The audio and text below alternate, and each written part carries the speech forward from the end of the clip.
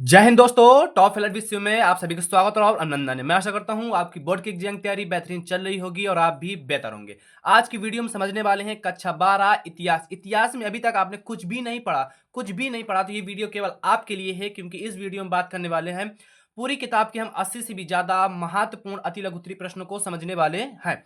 ये वीडियो जो है, ये वीडियो 2026 के लिए ब्रह्मास्त्र साबित होने वाली है, क्योंकि इस वीडियो में हमने आपको पहले बताया कि मैंने 80 से भी ज्यादा महत्वपूर्ण अति लघु उत्तरीय प्रश्नों को बताया है। और आपको अपने आप से इस बार वादा करना है कि हिस्ट्री में हमें 90 प्लस का स्कोर करना है। हिस्ट्री में ये बात मैं क्यों कह रहा हूं, आप अपने आप से वादा कर लीजिए, क्योंकि मैंने आपको एक वीडियो में 140 से भी ज्यादा महत्वपूर्ण बहुविकल्पीय प्रश्न बताए थे। आपको पिछली वीडियो में मैंने 80 से भी ज्यादा महत्वपूर्ण ऐतिहासिक घटनाएं बताई हैं। इस वीडियो में हम 80 से भी ज्यादा महत्वपूर्ण अति लघु उत्तरीय प्रश्नों की बात करने वाले हैं। जो हमारा नेक्स्ट वीडियो आएगा वो अति लघु उत्तरीय प्रश्न पर आएगा, और लास्ट दिसंबर तक जहां तक मैं आपको विस्तृत उत्तरीय प्रश्न भी करवा देने वाला हूं। यदि आप चैनल पर नए हैं तो चैनल को सब्सक्राइब कर लेना, वीडियो को लाइक कर देना। चलिए हम प्रश्नों को समझते हैं। मित्रों, पहला प्रश्न है हमारा कि हड़प्पा में सर्वप्रथम किसने खुदाई कराई।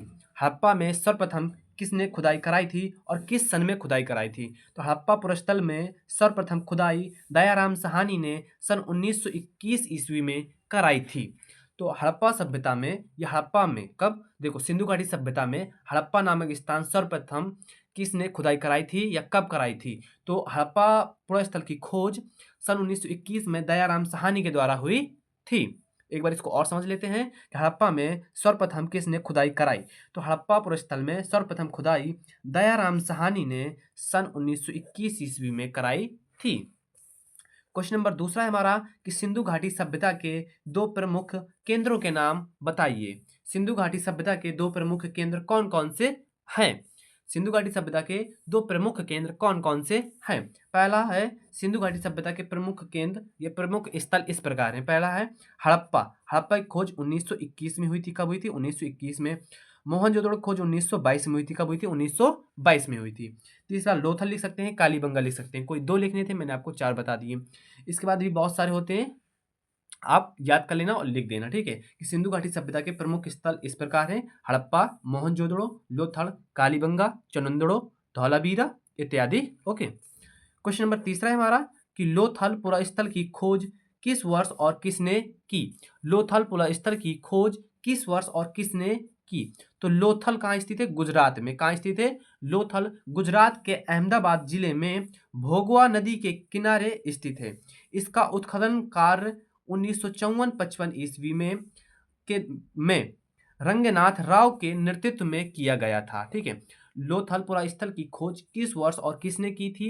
तो लोथल गुजरात के अहमदाबाद जिले में भोगवा नदी के किनारे स्थित है। इसका उत्खनन कार्य 1954-55 ईस्वी में रंगनाथ राव के नेतृत्व में किया गया था। नेक्स्ट क्वेश्चन है, क्वेश्चन नंबर चौथा है कि सिंधु सभ्यता की दो विशेषताएं लिखिए। या आ सकता है हड़प्पा सभ्यता की दो विशेषताएं लिखिए। तो आपको घबराना नहीं, जो मैं आपको बताऊं वो लिख के आ जाना है। तो उत्तर में आपको लिखना है कि सिंधु सभ्यता के आर्थिक जीवन का प्रमुख आधार कृषि था। क्या था? कृषि, पशुपालन, शिल्प और व्यापार थे। सिंधु सभ्यता के आर्थिक जीवन का प्रमुख आधार कृषि और पशुपालन था। दूसरा पॉइंट लिख सकते हैं कि सिंधु सभ्यता से जुते हुए खेत के साक्ष्य मिलते हैं। सिंधु सभ्यता से मनके बनाने की बस्तियां मिलती हैं। आप ये लिख सकते हैं। आप ये भी लिख सकते हैं कि सिंधु सभ्यता से विशाल स्नानागार और विशाल अन्नागार मिलते हैं। आप ये भी लिख सकते हैं कि सिंधु सभ्यता से कंस की मूर्ति मिली है, जो बालिका की जो नृत्य करती हुई है। आप ये भी लिख सकते हो। तो सिंधु सभ्यता की दो विशेषताएं लिखनी थी। तो सिंधु सभ्यता के आर्थिक जीवन का प्रमुख आधार कृषि, पशुपालन, शिल्प और व्यापार था। सिंधु सभ्यता से जुते हुए खेत के साक्ष्य हमें प्राप्त होते हैं। किससे होते हैं? सिंधु सभ्यता से। और आपसे पूछ ले कि सिंधु सभ्यता के किस स्थल से जुते हुए खेत के साक्ष्य मिलते हैं, तो वो कालीबंगा से मिलते हैं। किससे मिलते हैं? कालीबंगा से मिलते हैं। क्वेश्चन नंबर पांचवा है हमारा कि कालीबंगा पुरास्थल का उत्खनन सर्वप्रथम किसके द्वारा आरंभ किया गया। कालीबंगा पुरास्थल का उत्खनन सर्वप्रथम किसके द्वारा आरंभ किया गया। उत्तर में लिखना है आपको सर्वप्रथम 1952 में अमलानंद घोष ने कालीबंगा पुरास्थल की खोज की, ठीक है। कि सर्वप्रथम 1952 ईस्वी में सर्वप्रथम 1952 ईस्वी में अमलानंद घोष ने कालीबंगा पुरस्थल की खोज की, जबकि बी के थापक व बी लाल ने 1961 व 1969 में यहाँ पर उत्खनन कार्य आरंभ किया था। तो कालीबंगा पुरस्थल का उत्खनन सर्वप्रथम किसके द्वारा आरंभ किया गया था? तो सर्वप्रथम 1952 ईस्वी में अमलानंद घोष ने कालीबंगा पुरस्थल की खोज की थी, जबकि बी के थापर व बी लाल ने 1961 या 1961 से लगाकर 1969 में यहाँ पर उत्खनन कार्य का आरंभ किया था। नेक्स्ट क्वेश्चन है, क्वेश्चन नंबर 6वां है हमारा कि धौलावीरा पुरस्थल का उत्खनन सर्वप्रथम किसके द्वारा आरंभ किया गया था? देखो, कालीबंगा का उत्खनन नहीं पूछता, धौलावीरा के बारे में पूछता है। यदि धौलावीरा के बारे में पूछता है तो चनुंद्रों के बारे में पूछता है, या फिर लोथर के बारे में पूछता है। ठीक है, तो यहां से एक क्वेश्चन आपसे बन सकता है कि कालीबंगा पुरस्थल का उत्खनन कार्य सर्वप्रथम किसके द्वारा हुआ था, या फिर क्वेश्चन बन सकता है कि धौलावीरा पुरस्थल का उत्खनन सर्वप्रथम किसके द्वारा आरंभ किया गया था। इस तरह से क्वेश्चन बन सकता है आपके बोर्ड एग्जाम में। तो ठीक है, आंसर में आपको लिखना है कि धौलावीरा कच्छ गुजरात कहाँ स्थित है? धौलावीरा कच्छ गुजरात में स्थित है। पुरस्थल का उत्खनन सर्वप्रथम 1990 ईस्वी में R.S. विष्ट की देखरेख में किया गया था। धौलावीरा पुरस्थल का उत्खनन सर्वप्रथम किसके द्वारा आरंभ किया गया था? तो धौलावीरा कच्छ गुजरात पुरस्थल का उत्खनन सर्वप्रथम 1990 ईस्वी में R.S. विष्ट के देखरेख में किया गया था। क्वेश्चन नंबर 7वां है हमारा कि चनुंदड़ों में मनके बनाने के लिए किन पत्थरों का उपयोग किया जाता था?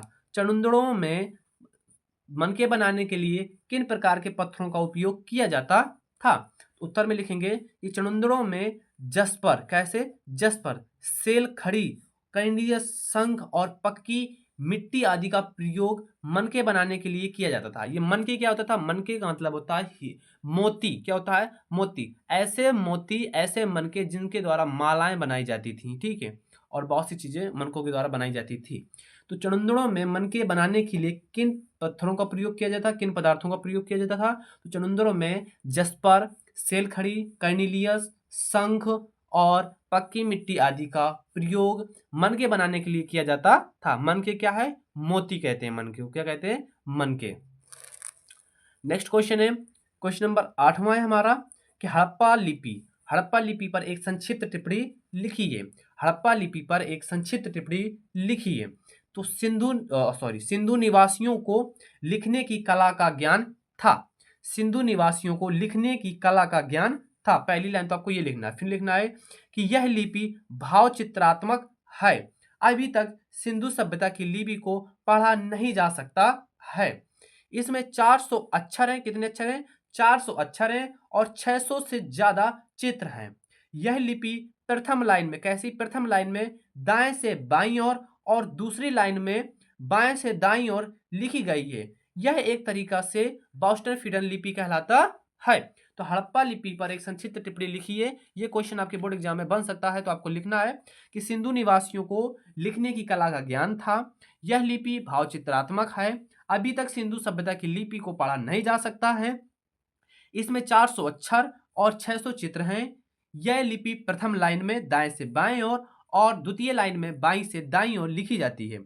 यह एक प्रकार से बाव स्टीफिडन कहलाता है। ठीक है, अब हम बढ़ते हैं इनके आगे।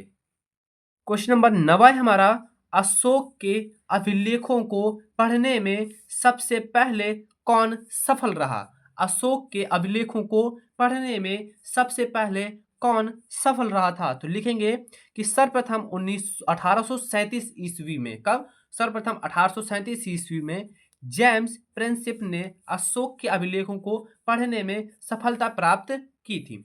अशोक के अभिलेखों को पढ़ने में सर्वप्रथम कौन सफल रहा था? तो 1887 ईस्वी में जेम्स प्रिंसिप ने अशोक के अभिलेखों को पढ़ने में सफलता प्राप्त की थी। नेक्स्ट क्वेश्चन है, क्वेश्चन नंबर 10वां है हमारा कि अर्थशास्त्र का अंग्रेजी में अनुवाद किसने किया? अर्थशास्त्र का अंग्रेजी में अनुवाद किसने किया था? तो अर्थशास्त्र का अंग्रेजी भाषा में अनुवाद आर शाम शास्त्री ने किया, जो 1915 में प्रकाशित हुआ। उन्होंने 1905 ईस्वी में इस ग्रंथ का संस्कृत से अंग्रेजी अनुवाद किया था। तो अर्थशास्त्र का अंग्रेजी में अनुवाद किसने किया था? तो अर्थशास्त्र का अंग्रेजी भाषा में अनुवाद आर शाम शास्त्री ने किया, जो 1915 में प्रकाशित हुआ। इन्होंने 1905 ईस्वी में इस ग्रंथ का संस्कृत से संस्कृत से अंग्रेजी में अनुवाद किया था। नेक्स्ट क्वेश्चन की ओर बढ़ते हैं। क्वेश्चन नंबर 11 है हमारा कि कल्हड़ ने किस ग्रंथ की रचना की थी? कल्हड़ ने किस ग्रंथ की रचना की थी? तो कल्हड़ ने संस्कृत भाषा में राजतरंगिणी राजतरंगिणी नामक प्रसिद्ध ग्रंथ की रचना की थी, जो कश्मीर के इतिहास का एक महत्वपूर्ण स्रोत है। उन्होंने यह रचना 1148 और 1149 ईस्वी के बीच में लिखी थी। इस पुस्तक को राजतरंगिणी का अर्थ होता है रिवर ऑफ किंग्स। क्या होता है अर्थ? राजतरंगिणी का क्या अर्थ है? River of king. तो कल्हड़ ने किस ग्रंथ की रचना की थी? तो कल्हड़ ने संस्कृत भाषा में राजतरंगिणी नामक प्रसिद्ध ग्रंथ की रचना की थी, जो कश्मीर के इतिहास का महत्वपूर्ण स्रोत है। इन्होंने यह रचना लगभग 1148 से 1149 ईस्वी के बीच में लिखी थी। राजतरंगिणी का अर्थ है river of Kings. Next question है हमारा, क्वेश्चन नंबर 12 है हमारा कि प्रयाग प्रशस्ति की रचना किसने की थी? प्रयाग प्रशस्ति की रचना किसने की थी? और ये क्वेश्चन हमेशा पूछा गया है आपके बोर्ड एग्जाम में कि प्रयाग प्रशस्ति किससे संबंधित है, प्रयाग प्रशस्ति स्तंभलेख किससे संबंधित है। इस तरह से क्वेश्चन पूछा जाता है, तो ये याद रखना है कि प्रयाग प्रशस्ति एक अभिलेख है। प्रयाग प्रशस्ति एक अभिलेख है जो समुद्रगुप्त से संबंधित है। ठीक है, इसकी रचना हरिसेन ने की थी। किसने की थी? हरिसेन ने की थी, और यह समुद्रगुप्त से संबंधित है। हरिसेन कौन था? समुद्रगुप्त का दरबारी कवि था। तो प्रयाग प्रशस्ति की रचना किसने की थी? तो प्रयाग प्रशस्ति एक अभिलेख है जिसकी रचना हरिसेन ने की थी। यह समुद्रगुप्त से संबंधित है। किससे संबंधित है? समुद्रगुप्त से संबंधित है। तो प्रयाग प्रशस्ति की रचना किसने की थी? तो प्रयाग प्रशस्ति की रचना हरिसेन ने की थी। यह समुद्रगुप्त से संबंधित है। क्वेश्चन नंबर 13 है हमारा, अभिलेख से आप क्या समझते हैं? अभिलेख से आप क्या समझते हैं? तो उत्तर में आपको लिखना है अभिलेख पत्थर। क्या? अभिलेख पत्थर, धातु या मिट्टी के बर्तन जैसी कठोर सतह पर खुदे कुछ शब्द या लेख होते हैं। अभिलेख से आप क्या समझते हैं? तो अभिलेख पत्थर, धातु या मिट्टी के बर्तन जैसी कठोर सतह पर खुदे कुछ शब्द या लेख होते हैं, जिन्हें अभिलेख कहा जाता है। अभिलेख से आप क्या समझते हैं? तो आप इतना सिंपल से लिख सकते हैं कि अभिलेख पत्थर, धातु या मिट्टी के बर्तनों जैसी कठोर सतह पर खुदे कुछ शब्द या लेख हुआ करते हैं, जिन्हें अभिलेख कहते हैं। क्वेश्चन नंबर 14 है हमारा कि किस शासक ने मैक्सनीज को दूध बनाकर भारत भेजा? सॉरी, किस शासक ने मैक्सनीज को दूध बनाकर भारत भेजा था? तो आंसर में लिखना है यूनान के राजा सेल्युकस ने मैक्सनीज को दूध बनाकर चंद्रगुप्त मौर्य के दरबार में भेजा था। किस शासक ने मैक्सनीज को दूध बनाकर भारत भेजा था? तो यूनान के राजा सेल्युकस निकेटर ने मैक्सनीज को दूध बनाकर चंद्रगुप्त मौर्य के दरबार में भेजा था। और मैक्सनीज की प्रसिद्ध पुस्तक का नाम क्या है? इंडिका। क्या नाम है? इंडिका पुस्तक का क्या नाम है? इंडिका। प्रसिद्ध पुस्तिका इनकी इंडिका। ठीक है, तो मैक्सनीज की पुस्तक का क्या नाम है? इंडिका, या ग्रंथ इसे बोलते हैं।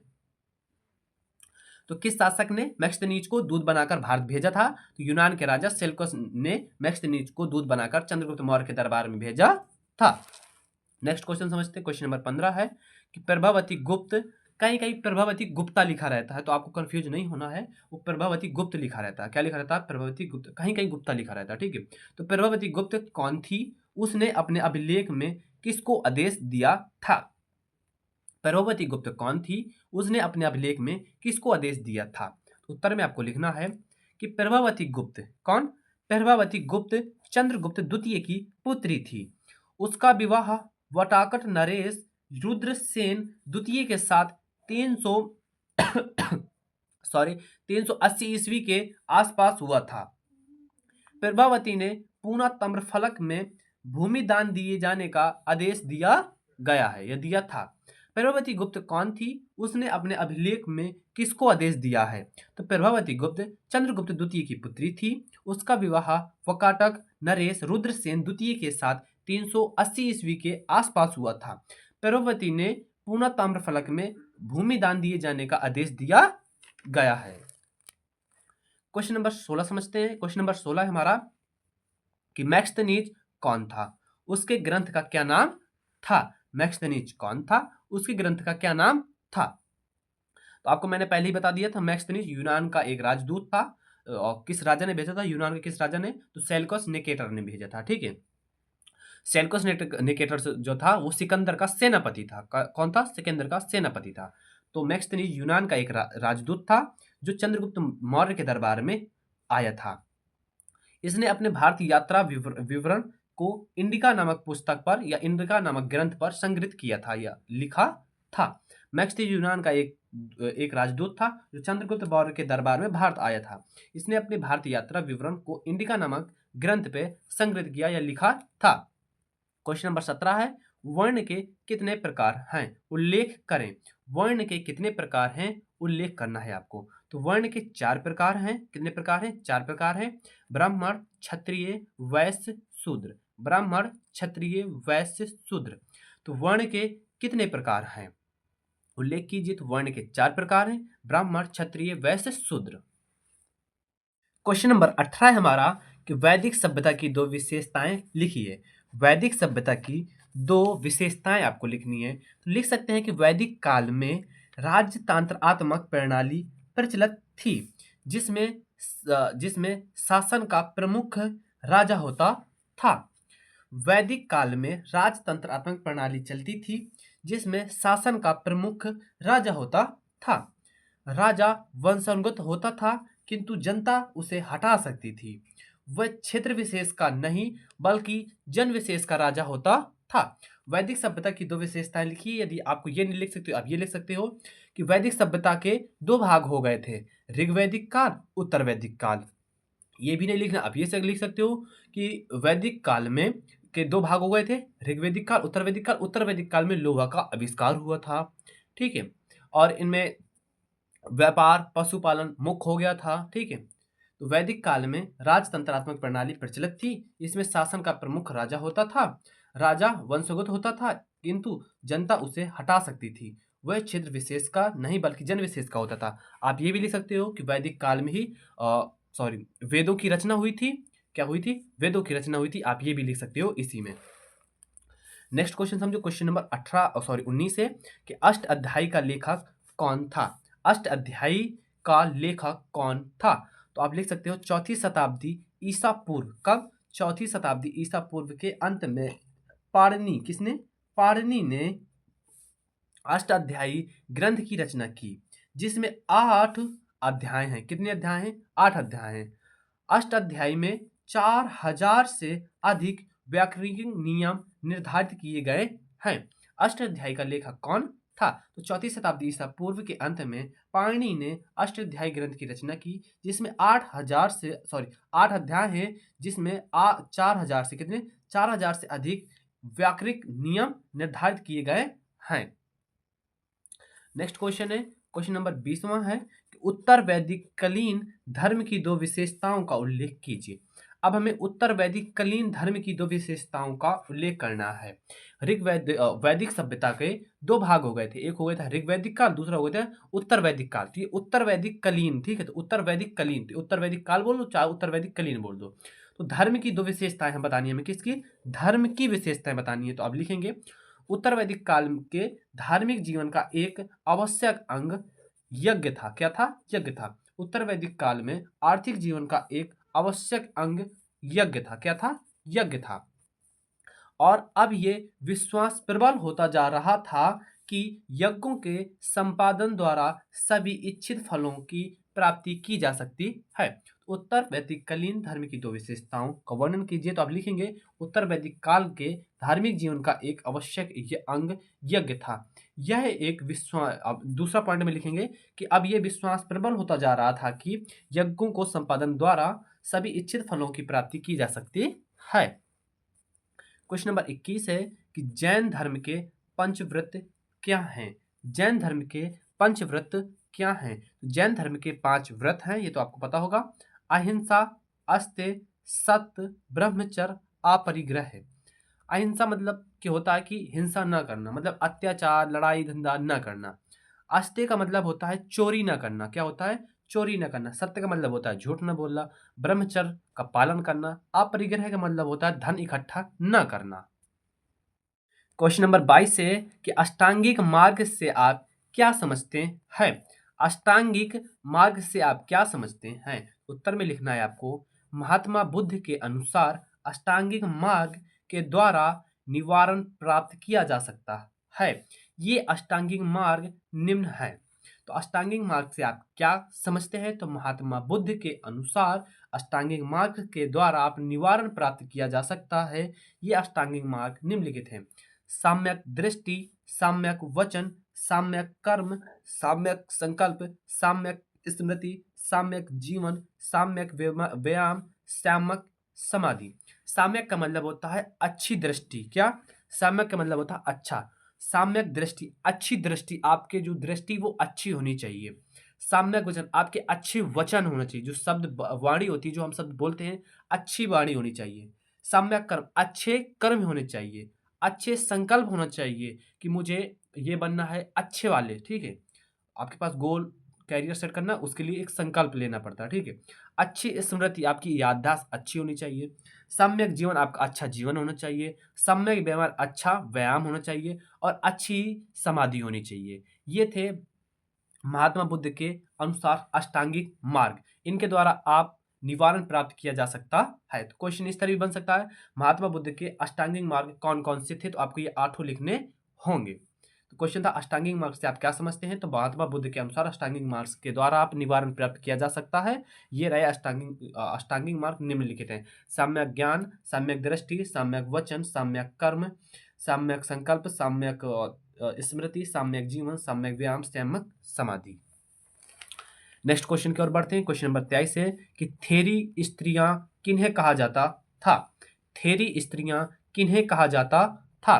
तो वे स्त्रियां जो बौद्ध धर्म या बौद्ध संघ में प्रवेश कर भिक्षुणी और धम्म की उपदेशिकाएं बनी, उन स्त्रियों को थेरी कहा जाता था, या थेरी कहलाती थी। तो थेरी स्त्रियां किन्हें कहा जाता था? तो वे स्त्री जो बौद्ध धर्म को अपना लेती थी, उन्हें भिक्षुणी या अपना लेती थी या भिक्षुणी बन जाती थी, उन्हीं को थेरी कहा जाता था। तो थेरी स्त्रियों को क्या कहा जाता था? तो वे स्त्रियों जो बौद्ध धर्म में प्रवेश कर भिक्षुणी और धम्म की उपदेशिकाएं बनी, उन्हें थेरी कहलाती थी।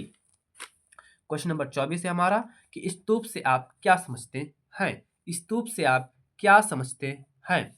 तो उत्तर में लिखेंगे, स्तूप एक गोल टीले के आकार की एक संरचना है। स्तूप से आप क्या समझते हैं? तो स्तूप एक गोल टीले के आकार की एक संरचना है, जिसका प्रयोग पवित्र बौद्ध अवशेषों को रखने के लिए किया जाता था। कालांतर में ये बौद्ध प्रार्थना स्थलों के रूप में प्रतिष्ठित हुए थे।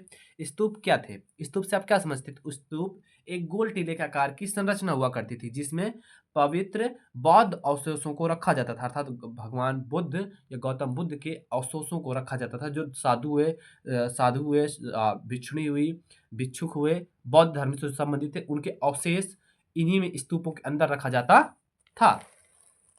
क्वेश्चन नंबर 25 है कि महावीर स्वामी कौन थे? महावीर स्वामी कौन थे? तो आपको पता होगा कि महावीर स्वामी जैन धर्म के 24वें तीर्थकार थे। पहले कौन थे? जैन धर्म के पहले तीर्थकार कौन थे? तो ऋषभ देव जी थे। कौन थे? ऋषभ देव जी थे। तो जैन धर्म के 24वें तीर्थकार कौन थे? महावीर स्वामी थे। जैन धर्म के 24वें तीर्थकार महावीर स्वामी अहिंसा के मूर्तिमान प्रतीक थे। इनका जन्म 599 ईसा पूर्व वैशाली राज्य के कुंडग्राम या कुंडल ग्राम के क्षत्रिय राजा सिद्धार्थ व रानी त्रिशला के यहाँ चैत्र शुक्ल 13 को जन्म लिया था या हुए थे। तो महावीर स्वामी के जन्म में थोड़ा सा मतभेद है। 599 ईसा पूर्व तो माना ही जाता है, कुछ इतिहासकार 540 ईसा पूर्व भी मानते हैं। तो यदि एमसीक्यू में कहीं 540 लिखा है पर 599 ईसा पूर्व न लिखा है, फिर आपको ये सही होगा। यदि दोनों दिए हैं तो फिर ये वाला सही होगा, 599 ईसा पूर्व वाला। तो जैन धर्म के 24वें तीर्थकार महावीर स्वामी अहिंसा के मूर्तिमान प्रतीक थे। महावीर स्वामी जी का मानना था कि हमें किसी भी वस्तु को, किसी भी प्राणी के खिलाफ नहीं बोलना चाहिए, हमें उसके खिलाफ हिंसा नहीं करनी चाहिए। वो चाहे पानी हो, पत्थर हो, पक्षी हो, मनुष्य हो, एक्स वाई जेड कुछ भी हो, उसके खिलाफ हमें हिंसा नहीं करनी चाहिए। ठीक है, तो महावीर स्वामी कौन थे, आपको समझ में आ गया कि जैन धर्म के 24वें तीर्थकार महावीर स्वामी अहिंसा के मूर्तिमान प्रतीक थे। इनका जन्म 599 ईसा पूर्व वैशाली राज्य के कुंडल ग्राम में हुआ था। इनके पिता का नाम सिद्धार्थ तथा माता का नाम त्रिशला था। क्वेश्चन नंबर 26 है हमारा कि किन्हीं 4 महाजनपदों का नाम उल्लेख कीजिए। किन्हीं 4 महाजनपदों का उल्लेख कीजिए, तो इसमें अर्थात हमें किन्हीं 4 महाजनपदों के नाम केवल लिखने हैं। तो पहला मगध, अंग, काशी, कौशल, पंचाल और गंधार। 16 महाजनपद थे। कितने थे? 16। 16 में से किन्हीं 4 का नाम लिखना था। तो मगध सबसे 16 में से सबसे शक्तिशाली कोई जनपद था तो वो मगध था। कौन सा था? मगध था। अंग, काशी, कौशल या कौशल, पंचाल और गंधार, ये 4 महाजनपद थे। क्वेश्चन नंबर 27 है हर्षचरित का लेखक कौन था? हर्षचरित का लेखक कौन था? तो हर्षचरित बाणभट्ट द्वारा रचित सम्राट हर्षवर्धन का जीवन चरित्र है। बाणभट्ट हर्ष का दरबारी कवि था। हर्षचरित बाणभट्ट की प्रथम रचना है। तो हर्षचरित का लेखक कौन था? तो हर्षचरित का लेखक बाणभट्ट था। बाणभट्ट द्वारा लिखी गई थी। ये सम्राट हर्षवर्धन की जीवन पर आधारित है। बाणभट्ट हर्षवर्धन के दरबारी कवि थे। कौन थे दरबारी कवि? थे हर्षचरित बाणभट्ट की प्रथम रचना है। इब्न बैतूता का यात्रा वृत्तांत क्या कहलाता है? इब्न बैतूता का यात्रा वृत्तांत क्या कहलाता है और इसे किस भाषा में लिखा गया है? और इसे किस भाषा में लिखा गया है? यदि आपके पास पेपर नंबर 2024 का EF सेट हो तो आप देख लेना, ये क्वेश्चन वहां पर पूछा गया है। तो ये क्वेश्चन 2026 में भी पूछा जा सकता है, क्योंकि एग्जामिनर आप भी नहीं हो, मैं भी नहीं हूँ, ना कोई टीचर एग्जामिनर है। जो एग्जामिनर है वो पेपर बनाता है, उसके एग्जामिनर का मूड होता है वो कौन सा प्रश्न कब धर रहा है, किस सेट में धर रहा है।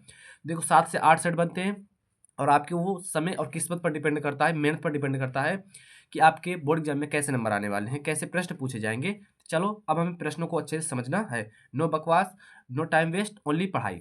इब्न बैतूता का यात्रा वृत्तांत क्या कहलाता है और इसे किस भाषा में लिखा गया है? उत्तर में आपको लिखना है कि 14वीं शताब्दी में, कब? आज से 14वीं शताब्दी में भारतीय उपमहाद्वीप के सामाजिक और सांस्कृतिक जीवन के बारे में हमें बहुत ही रोचक जानकारी इब्न बैतूता की कृति रिहाला, किसमें? रिहाला, इसी को दूसरा नाम में कहते हैं किताब उल रिहाला से प्राप्त होती है। ये अरबी भाषा में लिखी गई है। किस भाषा में लिखी गई है? अरबी भाषा में लिखी गई है। इब्न बैतूता का यात्रा वृत्तांत क्या कहलाता है और ये किस भाषा में लिखी गई है? तो आज से लगभग 14वीं शताब्दी ईसा पूर्व, मतलब आज से सॉरी ईसा पूर्व नहीं, 14वीं शताब्दी में भारतीय उपमहाद्वीप के सामाजिक और सांस्कृतिक जीवन के बारे में हमें बहुत ही सुंदर रोचक जानकारी इब्न बैतूता की कृति रिहाला, किससे? रिहाला से प्राप्त होती है और ये अरबी भाषा में लिखी गई थी। किस भाषा में लिखी गई थी? अरबी भाषा में लिखी गई थी। क्वेश्चन नंबर 29 है हमारा कि सती प्रथा के कौन से तत्वों ने बनियर का ध्यान अपनी ओर खींचा? बनियर कौन है? एक इतिहासकार है। कौन है? इतिहासकार है। ये क्वेश्चन 2020 और 22 में पूछा गया है। कब पूछा गया है? 20-22 में ये क्वेश्चन पूछा गया है कि सती प्रथा के कौन से तत्वों ने बनियर का ध्यान अपनी ओर खींचा था? उत्तर में लिखेंगे कि बनियर ने सती प्रथा के संबंध में कहा है कि लाहौर में, लाहौर कहाँ पड़ता है? प्रेजेंट में, वर्तमान में पाकिस्तान में पड़ता है, पहले भारत का ही हिस्सा था लाहौर, ठीक है, में एक बहुत ही सुंदर अल्पवयस्क विधवा जिसकी आयु मेरे विचार से लगभग 12 वर्ष से अधिक नहीं थी। कितनी थी? 12 वर्ष से अधिक नहीं थी। किन के अनुसार नहीं थी? बनियर के अनुसार नहीं थी। बली होती देखी। सती प्रथा में बलि नहीं होता था, ठीक है, बलि होता देखा, सती होती हुए देखा, जिसे लोग जबरदस्ती जिंदा जला दिया था। क्या कर रहे थे? जिंदा जला दिया था। मैं, अर्थात यहाँ पर क्या, मैं का मतलब है बनियर, अपनी भावनाओं को दबाने में और उसके पूर्ण तथा व्यक्स के क्रोध को बाहर आने से रोकने में असमर्थ था। देखो ये कितना अच्छा क्वेश्चन है और कितनी अच्छी बातें लिखी हैं बनियर ने, ठीक है, कि सती प्रथा के कौन से तत्वों ने बनियर का ध्यान अपनी ओर खींचा था। ये क्वेश्चन 2020-22 में पूछा गया है। एक बार इसको और समझते हैं कि बनियर ने सती प्रथा के संबंध में कहा है कि लाहौर में मैंने एक बहुत ही सुंदर अल्पवयस्क विधवा, जिसकी आयु मेरे हिसाब से लगभग 12 वर्ष से अधिक नहीं थी, बली होते हुए देखा था, जिसे लोगों ने जबरन जिंदा जला दिया था। क्या करता? जिंदा जला दिया था। और मैं अपनी भावनाओं को दबाने में और उसके कुल्हापूर्ण तथा व्यर्थ के क्रोध को बाहर आने से रोकने में असमर्थ था। नेक्स्ट क्वेश्चन है, क्वेश्चन नंबर 30 है हमारा। इब्न बतूता के अनुसार उसे मुल्तान से दिल्ली और सिंध से दिल्ली की यात्रा में कितने दिन लगे थे। ये क्वेश्चन 2025 के आई सेट में पूछा गया था। किसमें? डबल आई सेट में पूछा गया था 2025 के सेट में। ठीक है, यदि आपके पास पेपर हो तो आप देख लेना कि इब्न बतूता के अनुसार उसे मुल्तान से दिल्ली तक और सिंध से दिल्ली तक की यात्रा में कितने दिन लगे थे या कितना समय लगा था। उत्तर में लिखेंगे कि इब्न बतूता के अनुसार मुल्तान से दिल्ली की यात्रा में लगभग 40 दिन, कितने? लगभग 40 दिन, और सिंध से दिल्ली तक की यात्रा लगभग 50 दिन में पूरी कर ली थी। इब्न बतूता के अनुसार उसे मुल्तान से दिल्ली और सिंध से दिल्ली की यात्रा में कितने दिन लगे। तो इब्न बतूता के अनुसार मुल्तान से दिल्ली की यात्रा में 40 दिन और सिंध से दिल्ली की यात्रा में लगभग 50 दिन का समय लगा था। क्वेश्चन नंबर 31 है हमारा कि अल-बरूनी कौन था। अल-बरूनी कौन था? ये क्वेश्चन 2020 के आई सेट में पूछा गया था। किसमें? आईसी में पूछा गया था, 2020 के आईसी कोड में। ठीक है कि अल-बरूनी कौन था। इसमें अल-बरूनी के बारे में आपको बताना है, तो चलो आंसर समझते हैं। उत्तर में लिखेंगे 973 ईस्वी में। कब? 973 ईस्वी में अल-बरूनी का जन्म उज्बेकिस्तान में हुआ था। कहाँ हुआ था? उज्बेकिस्तान में हुआ था। वह फारसी, अरबी, हिब्रू, संस्कृत और सीरियाई भाषाओं का ज्ञाता था। अल-बरूनी की रचना किताब उल हिंद सरल एवं स्पष्ट अरबी भाषा में लिखी गई है। धर्म, दर्शन, त्योहार, खगोल विद्या, रीति रिवाज तथा प्रथाओं, सामाजिक न्याय, जीवन, भार तौल तथा मापन विधियों, मूर्तिकला, कानून, मापतंत्र, विज्ञान आदि विषयों से सुसज्जित इस ग्रंथ में 80 अध्याय। कितने अध्याय? 80 अध्याय हैं। तो क्वेश्चन है हमारा कि अल-बरूनी कौन था। क्या है क्वेश्चन? अल-बरूनी कौन था। तो देखो अच्छे समझो कि 973 कब? 973 ईस्वी में अल-बरूनी का जन्म कहाँ हुआ था? उज्बेकिस्तान में हुआ था। कहाँ हुआ था? उज्बेकिस्तान में हुआ था। 973 ईस्वी में अल-बरूनी का जन्म उज्बेकिस्तान में हुआ था। वह फारसी, अरबी, हिब्रू, संस्कृत और सीरियाई भाषाओं का ज्ञाता था। कितनी भाषाओं का ज्ञाता था? फारसी, अरबी, हिब्रू, संस्कृत और सीरियाई भाषाओं का ज्ञाता था। अल-बरूनी की रचना किताब उल हिंद। अब देखो एमसीक्यू में पूछता है कि अल-बरूनी की पुस्तक का क्या नाम है, या फिर किताब उल हिंद किसने लिखी। किताब उल हिंद किसने लिखी? आपको बताना होगा अल-बरूनी लिखी। किसने लिखी? अल-बरूनी ने। तो अल-बरूनी की रचना किताब उल हिंद सरल एवं स्पष्ट अरबी भाषा में लिखी गई है। कैसे लिखी गई है? सरल एवं अरबी भाषा में लिखी गई है। किसमें? अरबी भाषा में लिखी गई है। इसमें धर्म, दर्शन, त्योहारों के बारे में, खगोल विद्या के बारे में, रीति रिवाजों तथा प्रथाओं, सामाजिक जीवन, भार तौल तथा मापन विधियों, मूर्तिकला, किसमें? मूर्तिकला, कानून, मापतंत्र, विज्ञान आदि विषयों से सुसज्जित इस ग्रंथ में 80 अध्याय। कितने अध्याय?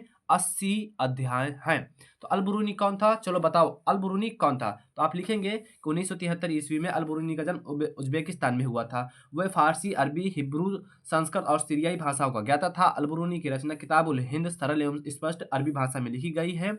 धर्म, दर्शन, त्योहार, खगोल विद्या, रीति रिवाज तथा प्रथाओं, सामाजिक जीवन, भार तौल और मापन विधियों, मूर्तिकला, कानून, मापतंत्र, विज्ञान आदि विषयों से सुसज्जित इसमें 80 अध्याय हैं। कितने अध्याय हैं? 80 अध्याय हैं।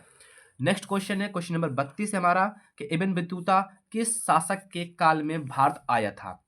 इब्न बतूता किस शासक के काल में भारत आया था। अभी तक ये क्वेश्चन किसी भी सेट में लगभग नहीं पूछा गया है, तो ये पूछा जा सकता है, तो इसे तैयार करके जाना कि इब्न बतूता मोहम्मद बिन तुगलक के शासन काल में लगभग 1333 ईस्वी में भारत आया था। कब आया था? 1333 ईस्वी में भारत आया था। तो इब्न बतूता किस शासक के काल में भारत आया? इब्न बतूता मोहम्मद बिन तुगलक, किसके?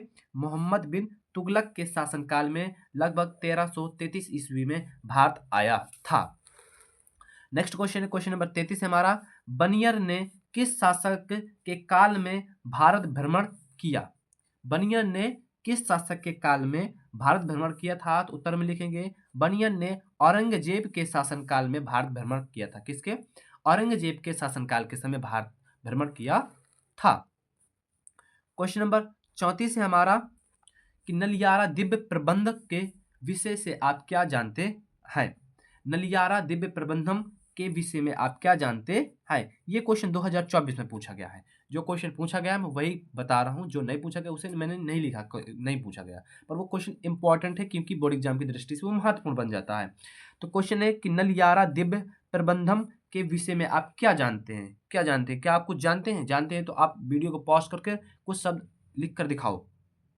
चलो आंसर समझते हैं कि लिखेंगे कि नलियारा दिव्य प्रबंध अलवारों द्वारा रचित 4000 तमिल छंदों का एक संग्रह है। इसे इसके वर्तमान स्वरूप में 9वीं-10वीं शताब्दी के दौरान नाथ मुनि द्वारा संकलित किया गया था। नलियारा दिव्य प्रबंधम के विषय में आप क्या जानते हैं? तो नलियारा दिव्य प्रबंधम अलवारों द्वारा रचित 4000 तमिल छंदों का एक संग्रह है। इसे इसके वर्तमान स्वरूप में 9वीं-10वीं शताब्दी के दौरान नाथ मुनि द्वारा संकलित किया गया था। किसके द्वारा संकलित किया गया था? नाथ मुनि के द्वारा संकलित किया गया था। इस तरह भी पूछा जा सकता है कि नलियारा दिव्य प्रबंध के लेखक कौन है या रचनाकार कौन है? तो वो नाथ मुनि जी हैं। कौन है? नाथ मुनि जी है। कि अलवार और नैनार से आप क्या समझते हैं? अलवार और नैनार से आप क्या समझते हैं? ये 2020 में 2024 में पूछा गया। कब कब पूछा गया है? 2020 में पूछा गया है और 2024 में पूछा गया है कि अलवार और नैनार से आप क्या समझते हैं। यदि आप मेरे रेगुलर वीडियो देखते हैं तो मैं ये क्वेश्चन आपको बहुत बार लिखा चुका हूँ। लगभग हर वीडियो में ये क्वेश्चन को मैं आप बताता हूँ, इसलिए इंपॉर्टेंट भी है क्योंकि अलवार और नैनार से आप क्या समझते हैं। उत्तर में लिखेंगे कि अलवार और नैनार तमिल कवि संत थे। कौन थे? अलवार और नैनार तमिल कवि संत थे। इन्होंने 5वीं-10वीं शताब्दी के बीच दक्षिण भारत में भक्ति आंदोलन के प्रचार प्रसार में महत्वपूर्ण भूमिका निभाई थी। अलवार और नैनार से आप क्या समझते हैं? तो अलवार और नैनार तमिल कवि संत थे। इन्होंने 5वीं-10वीं शताब्दी के बीच में दक्षिण भारत में भक्ति आंदोलन के प्रचार प्रसार में महत्वपूर्ण भूमिका निभाई। अलवार भगवान विष्णु और नैनार भगवान शिव के उपासक थे। अलवार भगवान विष्णु तथा नैनार भगवान शिव के उपासक थे। एमसीक्यू में क्वेश्चन बनता है कि नैनार किसके उपासक थे? नैनार किस भगवान के उपासक थे? उसमें दिया रहता है भगवान विष्णु, भगवान शिव, भगवान ब्रह्मा, इंद्र etc ऐसे करके दिया रहता है। तो आपको पता चलना चाहिए कि नैनार जो थे, नैनार वो भगवान शिव के उपासक हुआ करते थे और जो अलवार थे वो भगवान विष्णु के उपासक हुआ करते थे। किनके? भगवान विष्णु के उपासक हुआ करते थे। नेक्स्ट क्वेश्चन, क्वेश्चन नंबर 35 है हमारा कि अंडाल कौन थी? अंडाल कौन थी? उन्हें क्या कहा जाता था? ये 2024-2025 में पूछा गया है कि अंडाल कौन थी? उन्हें क्या कहा जाता था? उत्तर में लिखेंगे कि अंडाल जिन्हें कोथाई, नचियार और गोदा देवी के नाम से जाना जाता था। दक्षिण भारत के 12 हिंदू कवि संतों में एकमात्र अलवार महिला संत थी। क्या थी? 12 कवि संतों में से एकमात्र महिला संत थी। उन्हें मरणोपरांत भूदेवी का अवतार माना गया। ठीक है, क्या माना गया? भूदेवी का अवतार माना गया। अलवार संतों की तरह वह हिंदू धर्म की वैष्णव परंपरा से जुड़ी थी। अंडाल कौन थी? उन्हें क्या कहा जाता था? तो अंडाल जो थी उन्हें कोथाई, नचियार और गोदा देवी के नाम से भी जाना जाता है। दक्षिण भारत के 12 हिंदू कवि संतों में एकमात्र अलवार महिला थी। क्यों थी? अलवार किसके उपासक थे? मैंने आपको अभी जस्ट ऊपर बताया किसके? भगवान शिव के। ये लाइन भी मैंने लिखा है कि ये अलवार महिला संत थी और इसमें लास्ट में लिखा कि हिंदू धर्म की ये वैष्णव परंपरा से जुड़ी थी। वैष्णव परंपरा वाले वो लोग होते हैं जो भगवान विष्णु की उपासक होते हैं या पूजा करते हैं। भगवान विष्णु की उपासना करते हैं या पूजा करते हैं, उन्हीं को वैष्णव या विष्णु धर्म के बोलते हैं। ठीक है, एकमात्र महिला थी। 12 हिंदू कवियों में से मात्र एक महिला थी। कौन थी? अंडाल या कोथाई नचियार या गोदा देवी, जिन्हें मरणोपरांत क्या भूदेवी का अवतार माना गया था और अलवार संतों की तरह ही यह एक हिंदू धर्म के वैष्णव परंपरा से जुड़ी हुई थी। क्वेश्चन नंबर 36 है हमारा कि खालसा पंथ की स्थापना किसने की थी। खालसा पंथ की स्थापना किसने की थी, ये 2024 में पूछा गया था। कब पूछा गया था, 2024 में पूछा गया था कि खालसा पंथ की स्थापना किसने की थी। तो उत्तर में लिखेंगे खालसा पंथ की स्थापना गुरु गोविंद सिंह जी ने 9 अप्रैल 1999 सॉरी 1699 ईस्वी को किया था। कब किया था, 1699 ईस्वी को किया था। सिख धर्म में विधिवत दीक्षा प्राप्त लोगों को सामूहिक रूप से खालसा कहते हैं। क्या कहते हैं, खालसा कहते हैं। खालसा पंथ की स्थापना किसने की थी, तो खालसा पंथ की स्थापना गुरु गोविंद सिंह जी ने 9 अप्रैल 1699 ईस्वी को किया था। क्या किया था, स्थापना की थी। ठीक है। सिख धर्म में विधिवत दीक्षा प्राप्त करने से अर्थात विधिवत पूर्वक दीक्षा प्राप्त करने से लोगों को सामूहिक रूप से खालसा कहा जाता है। क्या कहा जाता है, अब आ जाए को प्रश्न आ जाए कि खालसा किसे कहते हैं, तो आपको पता चलना चाहिए ना खालसा किसे कहते हैं, कि जो सिख धर्म में विधिवत पूर्वक दीक्षा प्राप्त कर लेता है अर्थात शिक्षा प्राप्त कर लेता है, उसके समूह को, जो लोगों को समूह होता है उसी को खालसा कहते हैं। क्या कहते हैं, खालसा कहते हैं। तो खालसा पंथ की स्थापना कब हुई थी, तो खालसा पंथ की स्थापना गुरु गोविंद सिंह जी ने 9 अप्रैल 1699 ईस्वी में की थी। कब की थी, 9 अप्रैल 1699 ईस्वी में की थी। नेक्स्ट क्वेश्चन है, क्वेश्चन नंबर 37 है हमारा कि खानकाह से आप क्या समझते हैं। खानकाह से आप क्या समझते हैं, ये 2020 में पूछा गया है, 22 में पूछा गया। कब पूछा गया, 20-22 में पूछा गया है। तो लिखेंगे कि खानकाह सूफी संतों के आश्रम स्थल थे जहां वे अपने आध्यात्मिक उपदेश देते थे तथा अन्य धार्मिक कृत करते थे। इन्हीं को, वही स्थानों को खानकाह बोला जाता था। खानकाह से आप क्या समझते हैं, तो खानकाह सूफी संतों के आश्रम स्थल थे जहां वे अपने आध्यात्मिक उपदेश देते थे तथा ये अन्य धार्मिक कृत किया करते थे। नंबर 38 है हमारा कि शैव धर्म की दो विशेषताओं का उल्लेख कीजिए। ये 2020 में पूछा गया था। कब पूछा गया था, ये क्वेश्चन 2020 में पूछा गया है कि शैव धर्म की दो विशेषताओं का उल्लेख कीजिए। शैव धर्म का मतलब होता है भगवान शिव के उपासक। क्या, भगवान शिव के उपासक। तो हम उत्तर में लिखेंगे, पहला पॉइंट डालकर लिखेंगे कि भगवान शिव की पूजा करने वालों को शैव या शिव से संबंधित धर्म को शैव धर्म कहा जाता है। क्या कहा जाता है, शैव धर्म कहा जाता है। भगवान शिव की पूजा करने वालों को शैव या शिव से संबंधित धर्म को शैव धर्म कहा जाता है।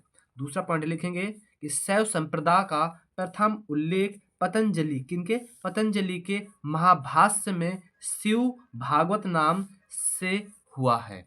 शैव संप्रदाय का प्रथम उल्लेख पतंजलि के महाभाष्य में शिव भागवत नाम से हुआ है। तीसरा है शिवलिंग। क्या, शिवलिंग। उपासना का प्रारंभिक पुरातात्विक साक्ष्य हड़प्पा संस्कृति के अवशेषों से प्राप्त हुआ है, ये प्राप्त मिला है। अब क्वेश्चन ये भी पूछा जाता है कि हड़प्पा संस्कृति, हड़प्पा धर्म के विषय में हड़प्पा धर्म के विषय में संक्षिप्त टिप्पणी लिखिए। क्वेश्चन बनता है कि हड़प्पा धर्म के को संक्षिप्त में समझाइए। तब वहां पर लिखा जाता है लिंग मिले थे। क्या मिले थे, लिंग मिले थे, बहुत सारे ऐसी चीजें मिली थी जिनमें से साक्ष्य मिलते हैं भगवान शिव जी की उपासना के। तो क्वेश्चन था हमारा कि शैव धर्म की दो विशेषताओं का उल्लेख करना। तो आप पहले लिख सकते हो कि भगवान शिव की पूजा करने वाले लोगों को शैव या शिव से संबंधित धर्म को शैव धर्म कहा जाता है।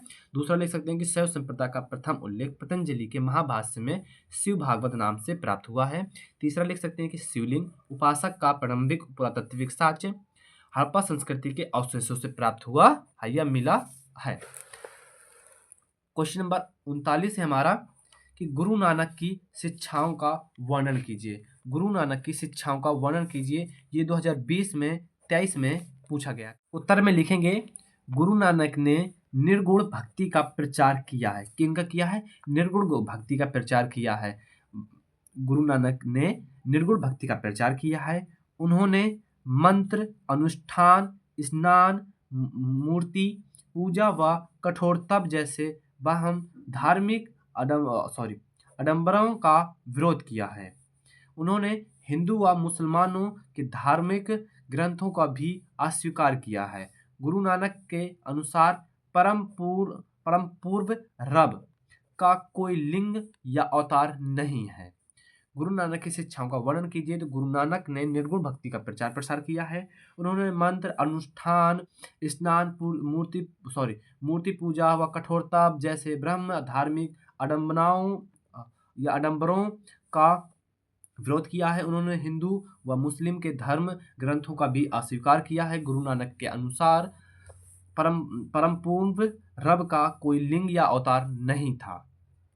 यही थी हमारी गुरु नानक जी की शिक्षाएं, जो 2020 में और 2023 में ये लगातार 2 सेटों में पूछा गया था 2023 में।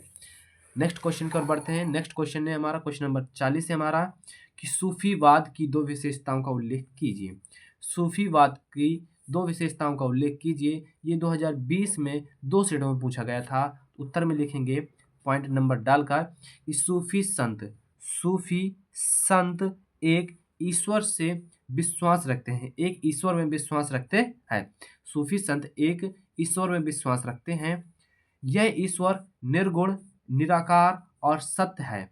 सब कुछ ईश्वर ने ही उत्पन्न किया है, सभी में उसका प्रकाश समाहित है। दूसरा लिख सकते हैं कि समग्र या समस्त सृष्टि का निर्माण निराकार ईश्वर ने किया है। यह दुनिया का सृष्टि का दुनिया आ जाता है, ठीक है, का निर्माण निराकार ईश्वर ने किया है। किसने किया है? निराकार ईश्वर ने किया है। तो सूफीवाद की 2 विशेषताओं का उल्लेख कीजिए। तो सूफी संत एक ईश्वर में विश्वास रखते थे। ये ईश्वर निर्गुण, निराकार और सत्य है। सब कुछ ईश्वर ने ही किया है, उत्पन्न किया है, सभी में उसका प्रकाश समाहित है। दूसरा पॉइंट लिख सकते हैं कि समस्त सृष्टि का निर्माण निराकार ईश्वर ने किया है। निराकार का मतलब होता है जिसका रूप आकार कुछ भी ना हो, ठीक है, उसी को निराकार बोलते हैं। क्वेश्चन नंबर 41 है हमारा कि विट्ठल मंदिर कहाँ स्थित है, उसका निर्माण किसने कराया था। ये 2025 IF के सेट में पूछा गया है कि विट्ठल मंदिर कहाँ स्थित है, उसका निर्माण किसने कराया था, ये करवाया था। उत्तर में लिखेंगे भगवान विट्ठल का मंदिर कर्नाटक के हम्पी में स्थित है। कहाँ स्थित है? भगवान विट्ठल का मंदिर कर्नाटक के हम्पी में स्थित है। कहाँ स्थित है? हम्पी में स्थित है। इसका निर्माण राजा देवराय द्वितीय ने 15वीं शताब्दी में करवाया था। ये मंदिर विजयनगर साम्राज्य में बनाया गया था। और MCQ में ये क्वेश्चन आपसे जरूर पूछ सकता है कि विट्ठल मंदिर कहाँ स्थित है। केवल इतना ही, विट्ठल मंदिर कहाँ स्थित है? कर्नाटक, अदर स्टेट के नाम दे देगा, यूपी, केरल, इस तरह 3-4 नाम दे देगा और उसमें से आपको एक क्वेश्चन बना देगा। या फिर इस तरह भी पूछ सकता है कि लिख सकता है कि स्थित, देखो आ जाए कि विट्ठल मंदिर कहाँ स्थित है, हम्पी में, अदर 4-5 को नाम दे दिया, आगरा में, ठीक है, दिल्ली में, हरियाणा में, अदर चीज़ों का एग्जाम्पल दे देगा और आपसे पूछ लेगा। तो आपको पता होना चाहिए ना कि कहाँ स्थित है। हम्पी में स्थित है। कहाँ स्थित है? हम्पी में स्थित है। और हम्पी किसकी राजधानी थी? विजयनगर साम्राज्य की राजधानी थी। किसकी राजधानी थी? विजयनगर साम्राज्य की राजधानी थी, ठीक है। तो विट्ठल मंदिर कहाँ स्थित है, उसका निर्माण किसने करवाया था? तो भगवान विट्ठल का मंदिर कर्नाटक के हम्पी में स्थित है। इसका निर्माण राजा देवराय द्वितीय ने करवाया था। ये 15 शताब्दी में करवाया गया था। ये मंदिर विजयनगर साम्राज्य में बनाया गया था। क्वेश्चन नंबर 42 है हमारा, भक्ति आंदोलन की 2 विशेषताएं बताइए। किसकी?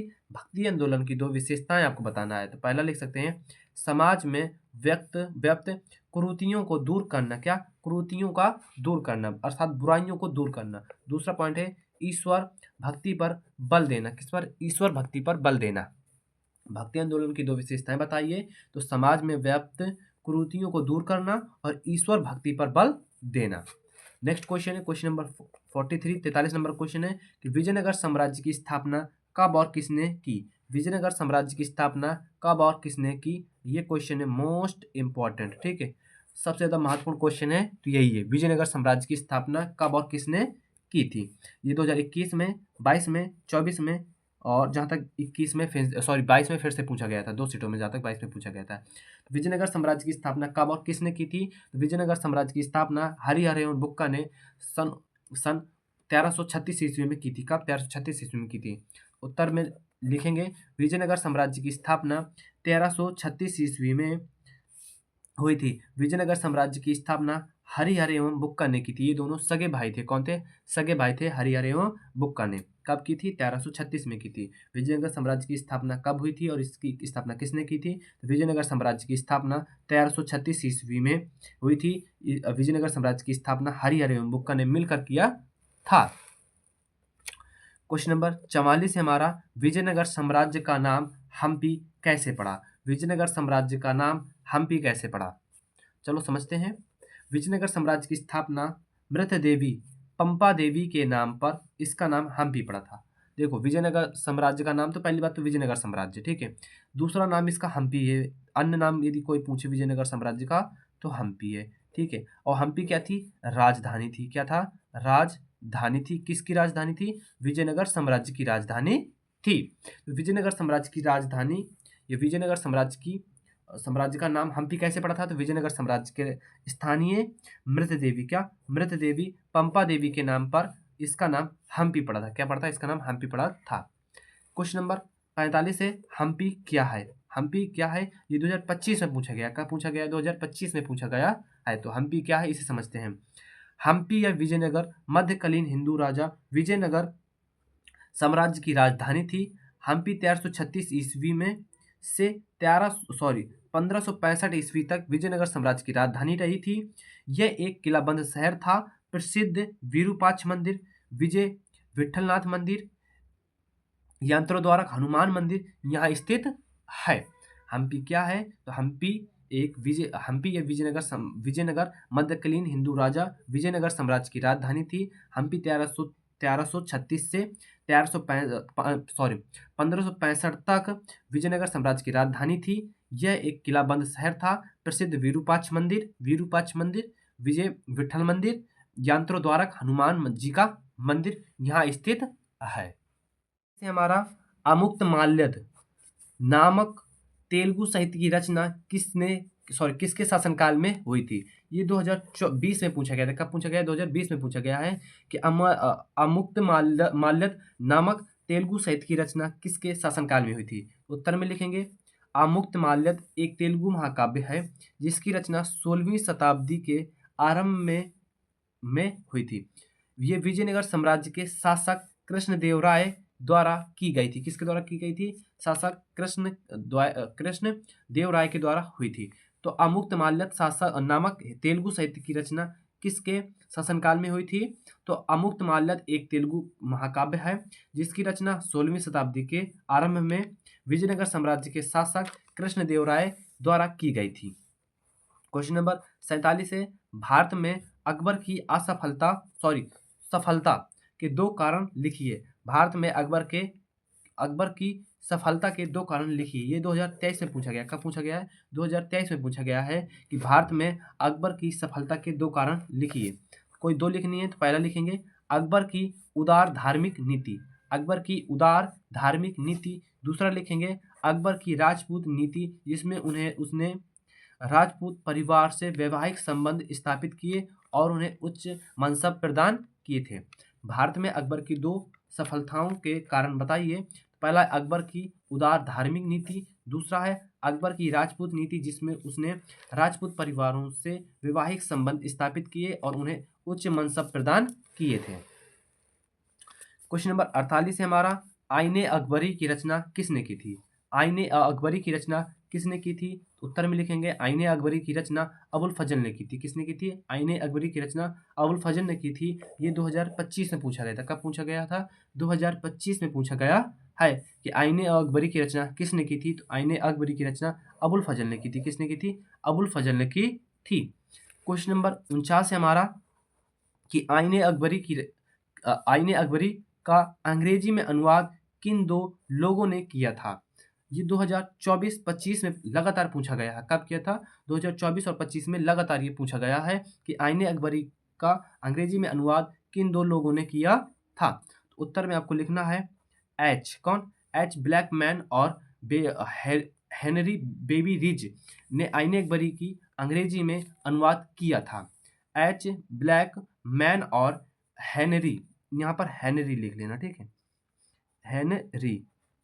हेनरी वेब रीज ने आईने अकबरी की रचना अंग्रेजी भाषा में अनुवाद किया था। प्रश्न नंबर 50वां है हमारा, विलियम बैटिंग के सामाजिक सुधारों का उल्लेख करें। क्वेश्चन अच्छे से समझना कि विलियम बैटिंग के सामाजिक सुधारों का उल्लेख करिए।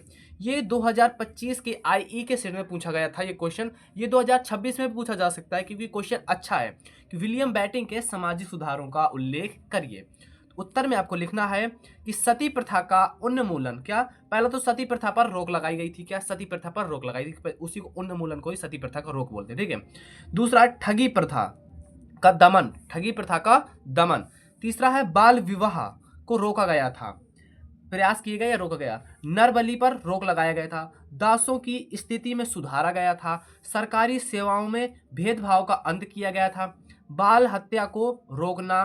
प्रेस की स्वतंत्रता, प्रेस को बोलते हैं मीडिया की स्वतंत्रता दी गई थी आदि विलियम बेंटिंक के द्वारा किए गए प्रमुख सामाजिक सुधार थे। तो क्वेश्चन हमारा कि विलियम बेंटिंक के सामाजिक सुधारों का उल्लेख करिए। तो उत्तर में आपको लिखना है कि सती प्रथा का उन्मूलन, कौमा, ठगी प्रथा का दमन, बाल विवाह को रोकने का प्रयास, नरबलि पर रोक, दासों की स्थिति में सुधार, सरकारी सेवाओं में भेदभाव का अंत, बाल हत्या को रोकना, प्रेस की स्वतंत्रता आदि विलियम बेंटिंक द्वारा किए गए प्रमुख सामाजिक कार्य थे। नेक्स्ट क्वेश्चन है क्वेश्चन नंबर 51 है हमारा कि सूर्यास्त कानून क्या था। सूर्यास्त कानून क्या था, ये भी क्वेश्चन मैंने इस साल 2025-26 का मॉडल पेपर उसमें देखना, उसमें ये क्वेश्चन पूछा गया है कि सूर्यास्त कानून क्या था। चलो इसे भी समझते हैं।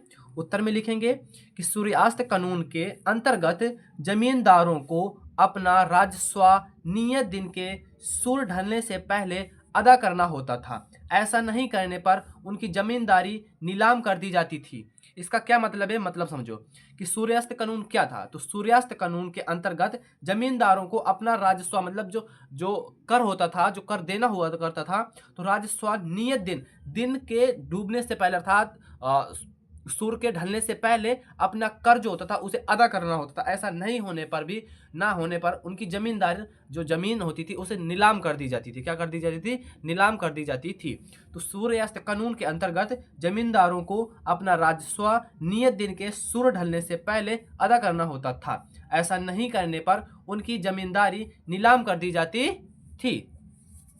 नेक्स्ट क्वेश्चन है क्वेश्चन नंबर 52 है हमारा कि स्थायी बंदोबस्त व्यवस्था किसने शुरू की थी। स्थायी बंदोबस्त व्यवस्था किसने शुरू की थी। ये क्वेश्चन लिख के दे रहा हूँ। ये क्वेश्चन 2026 में किसी ना किसी सेट में 100% पूछेगा, क्योंकि एमसीक्यू में तो यहाँ से क्वेश्चन पूछता है कि स्थायी बंदोबस्त की स्थापना कब हुई थी या स्थायी बंदोबस्त की शुरुआत कब हुई थी। तो यहाँ से तो एक क्वेश्चन 100% की पूछा ही जाना है। या फिर पूछता है बंगाल में स्थायी बंदोबस्त की स्टार्टिंग कब से हुई थी या शुरुआत कब से हुई थी। यहाँ से ऐसे पूछता है क्वेश्चन, ठीक है, एमसीक्यू में। तो 1973 ये याद रखना। तो क्वेश्चन है कि स्थायी बंदोबस्त व्यवस्था किसने शुरू की थी। उत्तर में आपको लिखना है कि लॉर्ड। आप लॉर्ड लगा भी सकते हो, नहीं लगा सकते। लॉर्ड उनकी उपाधि हुआ करती थी। जैसे हमारे अब यहाँ होती है सर। सर क्या है? एक उपाधि है। ऐसे ही जो अंग्रेज हुआ करते थे, ब्रिटिश हुआ करते थे, उनमें लॉर्ड की उपाधि लगाई जाती थी। लॉर्ड मतलब होता था सर, ठीक है। कॉर्नवालियस ने 1973 ईस्वी में बंगाल में इस्तेमारी बंदोबस्त अथवा जमींदारी प्रथा अथवा स्थायी बंदोबस्त व्यवस्था लागू की। किसने लागू की थी? तो लॉर्ड कॉर्नवालियस ने 1973 में बंगाल में इस्तेमारी बंदोबस्त अथवा जमींदारी प्रथा अथवा स्थायी बंदोबस्त व्यवस्था लागू की थी। क्वेश्चन नंबर 53 है हमारा, स्थायी बंदोबस्त के आधार पर जमींदारों को क्या मिला था। स्थायी बंदोबस्त के आधार पर जमींदारों को क्या मिला था। उत्तर में लिखना है आपको फर्स्ट पॉइंट डालकर कि जमींदारों से लगान सदैव के लिए निश्चित कर दिया गया था। क्या कर दिया गया था? जमींदारों से लगान का मतलब होता था टैक्स, कर। वो सदैव के लिए क्या कर दिया गया था? निश्चित कर दिया गया था। कैसे क्या कर दिया गया था? निश्चित कर दिया गया था। और दूसरा पॉइंट में लिखना है कि इस व्यवस्था से जमींदार स्थायी रूप से भूमि के मालिक बन गए थे। क्या बन गए थे? भूमि के मालिक हो गए थे। और पहला पॉइंट में लिख सकते हो कि जमींदारों से लगान सदैव के लिए निश्चित कर दिया गया था। निश्चित का मतलब होता है कि किसी चीज को फिक्स कर देना। जैसे आपको लगान के रूप में 10 रुपए देने, कितने देना? 10 रुपए देना। तो सदैव के लिए 10 रुपए ही हो गए थे कि आपको हर मंथ 10 रुपए अदा करना होगा, ठीक है। तो जमींदारों से लगन सदैव के लिए निश्चित कर दिया गया था। दूसरा था कि इस व्यवस्था से जमींदार स्थायी रूप से भूमि के मालिक बन गए थे। क्या बन गए थे? भूमि के मालिक बन गए थे। कि अमला कौन था। क्वेश्चन नॉर्मल सा है, छोटा सा है, पर ये 2 मार्क्स का आपसे बोर्ड एग्जाम में पूछेगा, ठीक है। तो अमला कौन था? तो उत्तर में लिखना होगा आपको कि अमला जमींदारों की ओर से एक गांव से राजस्व वसूला करता था। ये जमींदारों का स्थानीय कर्मचारी होता था। जैसे स्कूल में बाबू नहीं होता, वो फीस जमा करता है, बहुत सारे वो काम करता है, आपका रिजल्ट वही देता है। ऐसे ही अमला जो हुआ करता था वो जमींदारों की ओर से गांव से राजस्व वसूली करने वाला एक व्यक्ति हुआ करता था, ठीक है, जो वो जमींदारों का स्थानीय कर्मचारी होता था। तो अमला कौन था? तो अमला जमींदारों की ओर से गांवों से राजस्व वसूल करता था। ये जमींदारों का स्थानीय कर्मचारी होता था। क्वेश्चन नंबर 55 है हमारा कि अवध रियासतों के ब्रिटिश साम्राज्य में विलय के समय ब्रिटिश गवर्नर जनरल और अवध का नवाब कौन था? ये क्वेश्चन 2025 के डबल आई सेट में पूछा गया था। किसमें पूछा गया था? डबल आई सेट में पूछा गया था कि अवध रियासतों के ब्रिटिश साम्राज्य में विलय के समय ब्रिटिश गवर्नर जनरल और अवध का नवाब कौन था? तो उत्तर में लिखेंगे कि 7 फरवरी 1856 को गवर्नर जनरल लॉर्ड डलहौजी के आदेश से नवाब वजीद अली शाह को नवाब के पद से हटा दिया गया था तथा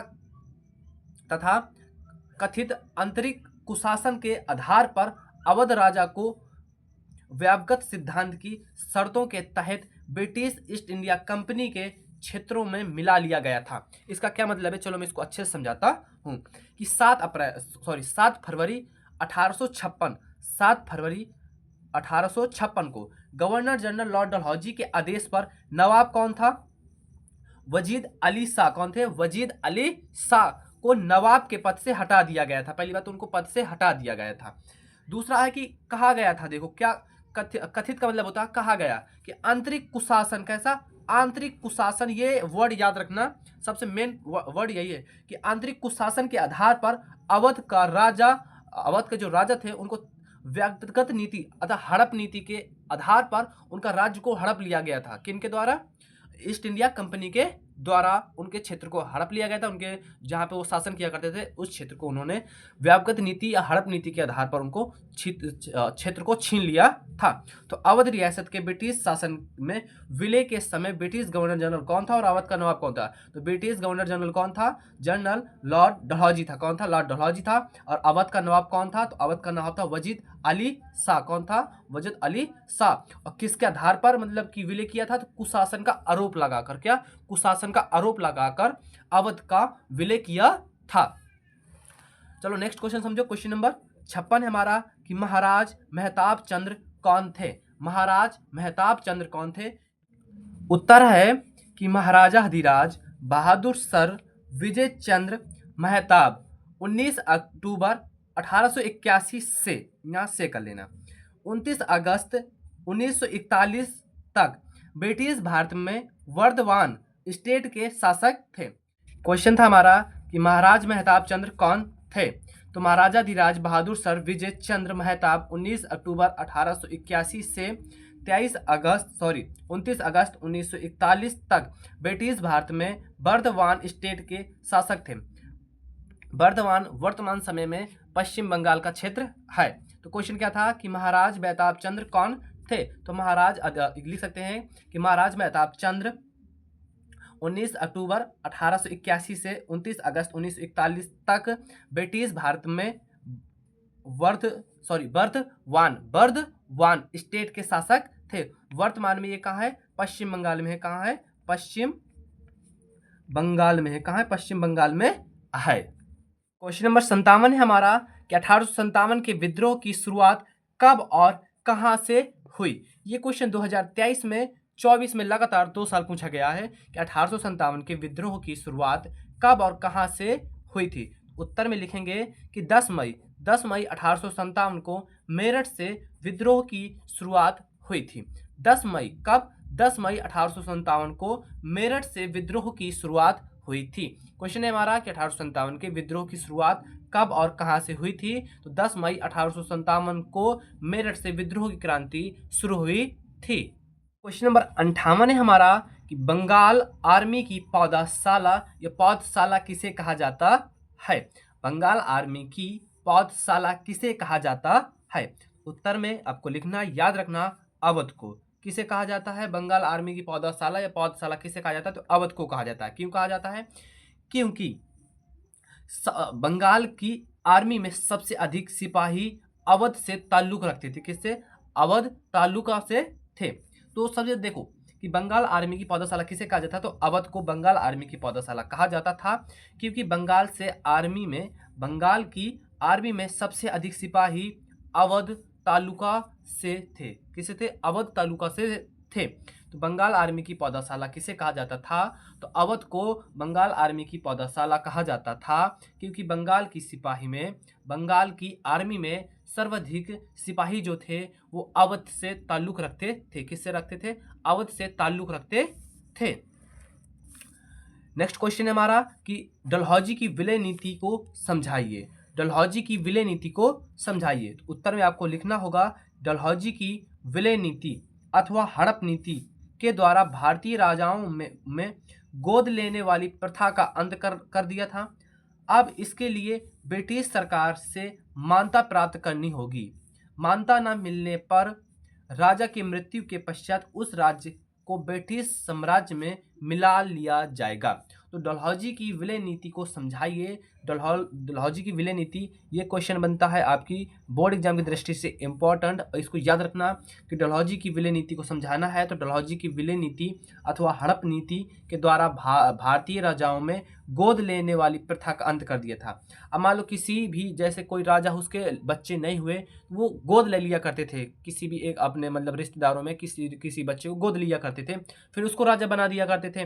पर क्या हुआ था? डलहौजी ने एक ऐसी नीति बनाई थी जिसे विलय नीति कहा गया या हड़प नीति कहा गया। इसके अंतर्गत कोई भी राजा, भारत का कोई भी राजा गोद नहीं ले सकता था। क्या? गोद नहीं ले सकता था। और अब क्या हुआ था कि फिर अब इसके लिए ब्रिटिश सरकार से मान्यता प्राप्त करनी होगी।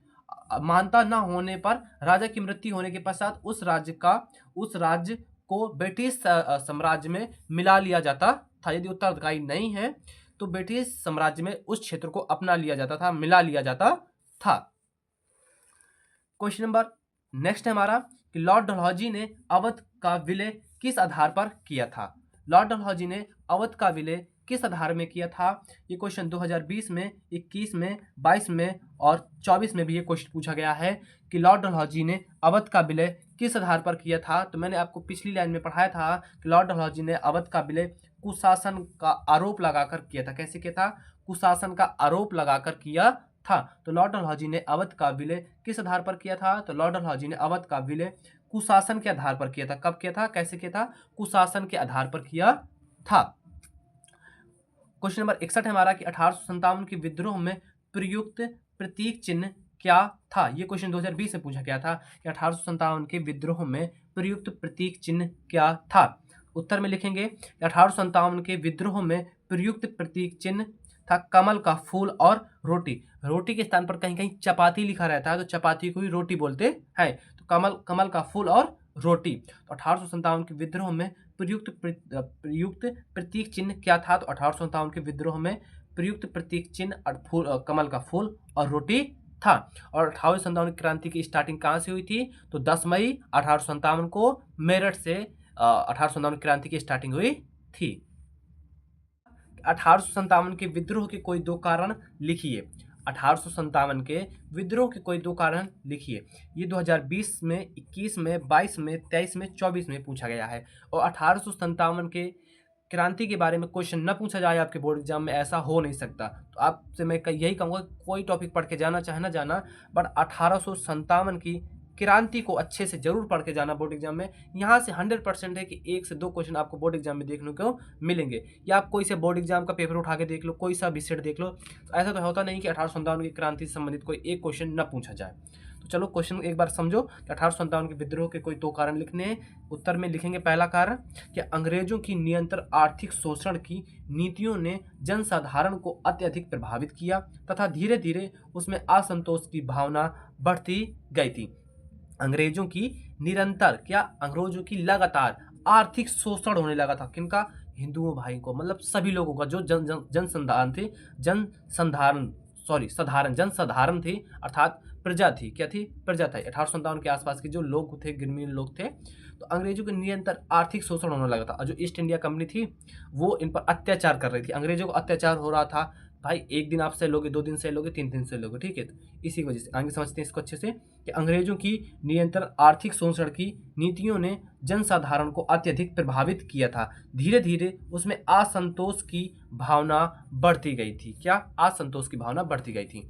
दूसरा पॉइंट में लिखेंगे कि तत्कालीन भारतीय अपनी सामाजिक एवं आर्थिक स्थिति से दुखी व धार्मिक दृष्टि से चिंतित थे।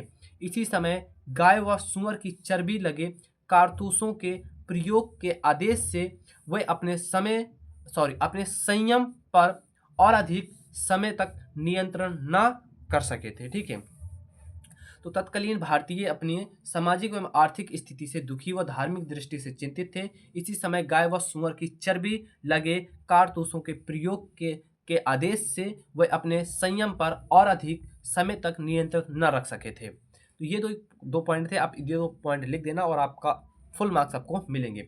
1857 के विद्रोह के कोई 2 कारण लिखिए। तो पहला कारण था अंग्रेजों की निरंतर आर्थिक शोषण की नीतियों ने जनसाधारण को अत्यधिक प्रभावित किया तथा धीरे धीरे उसमें असंतोष की भावना बढ़ती गई। दूसरा पॉइंट था कि तत्कालीन भारतीय अपनी सामाजिक एवं आर्थिक स्थिति से दुखी व धार्मिक दृष्टि से चिंतित थे। इसी समय गाय व सूअर की चर्बी लगे कारतूसों के प्रयोग के आदेश से वे अपने संयम पर और अधिक समय तक नियंत्रण न रख सकते थे। पहले जो क्रांतिकारी थे वो थे मंगल पांडे। कौन थे? मंगल पांडे। ये 34 NV, मतलब देखो NV वह बटालियन हुआ करती थी, उसमें ये थे सबसे पहले। इन्होंने 2 लोगों को मारा था, इनके बाद इनको पकड़ कर इनको फांसी दी गई थी और 10 मई डिसाइड की गई थी क्रांति की डेट। ठीक है, तो आगे समझते हैं। क्वेश्चन नंबर 63 है हमारा कि भारत छोड़ो आंदोलन कब और क्यों प्रारंभ किया गया था। भारत छोड़ो आंदोलन कब और क्यों प्रारंभ किया गया था? उत्तर में हम लिखेंगे कि क्रिप्स मिशन की विफलता के पश्चात महात्मा गांधी ने ब्रिटिश शासन के खिलाफ अंग्रेजों भारत छोड़ो तीसरा बड़ा आंदोलन अगस्त 1942 में शुरू किया था। भारत छोड़ो आंदोलन कब और क्यों प्रारंभ किया गया था? तो भारत छोड़ो आंदोलन 1942 में शुरू किया गया था। क्यों किया गया था? क्योंकि क्रिप्स मिशन की विफलता के पश्चात महात्मा गांधी ने ब्रिटिश साम्राज्य के खिलाफ अंग्रेजों भारत छोड़ो तीसरा बड़ा आंदोलन अगस्त 1942 में स्टार्ट किया था। तो भारत छोड़ो आंदोलन कब स्टार्ट हुआ था? तो 1942 में स्टार्ट हुआ था। क्यों स्टार्ट हुआ था? क्योंकि क्रिप्स मिशन की विफलता के पश्चात। नेक्स्ट क्वेश्चन है, क्वेश्चन नंबर 64 है हमारा कि द्वितीय गोलमेज सम्मेलन में किसने भाग लिया था? द्वितीय गोलमेज सम्मेलन में किसने भाग लिया था? तो द्वितीय गोलमेज सम्मेलन में महात्मा गांधी जी एवं मोहम्मद अली जिन्ना ने भाग लिया था। द्वितीय गोलमेज सम्मेलन में किसने भाग लिया था? तो द्वितीय गोलमेज सम्मेलन में गांधी जी एवं मोहम्मद अली जिन्ना ने भाग लिया था।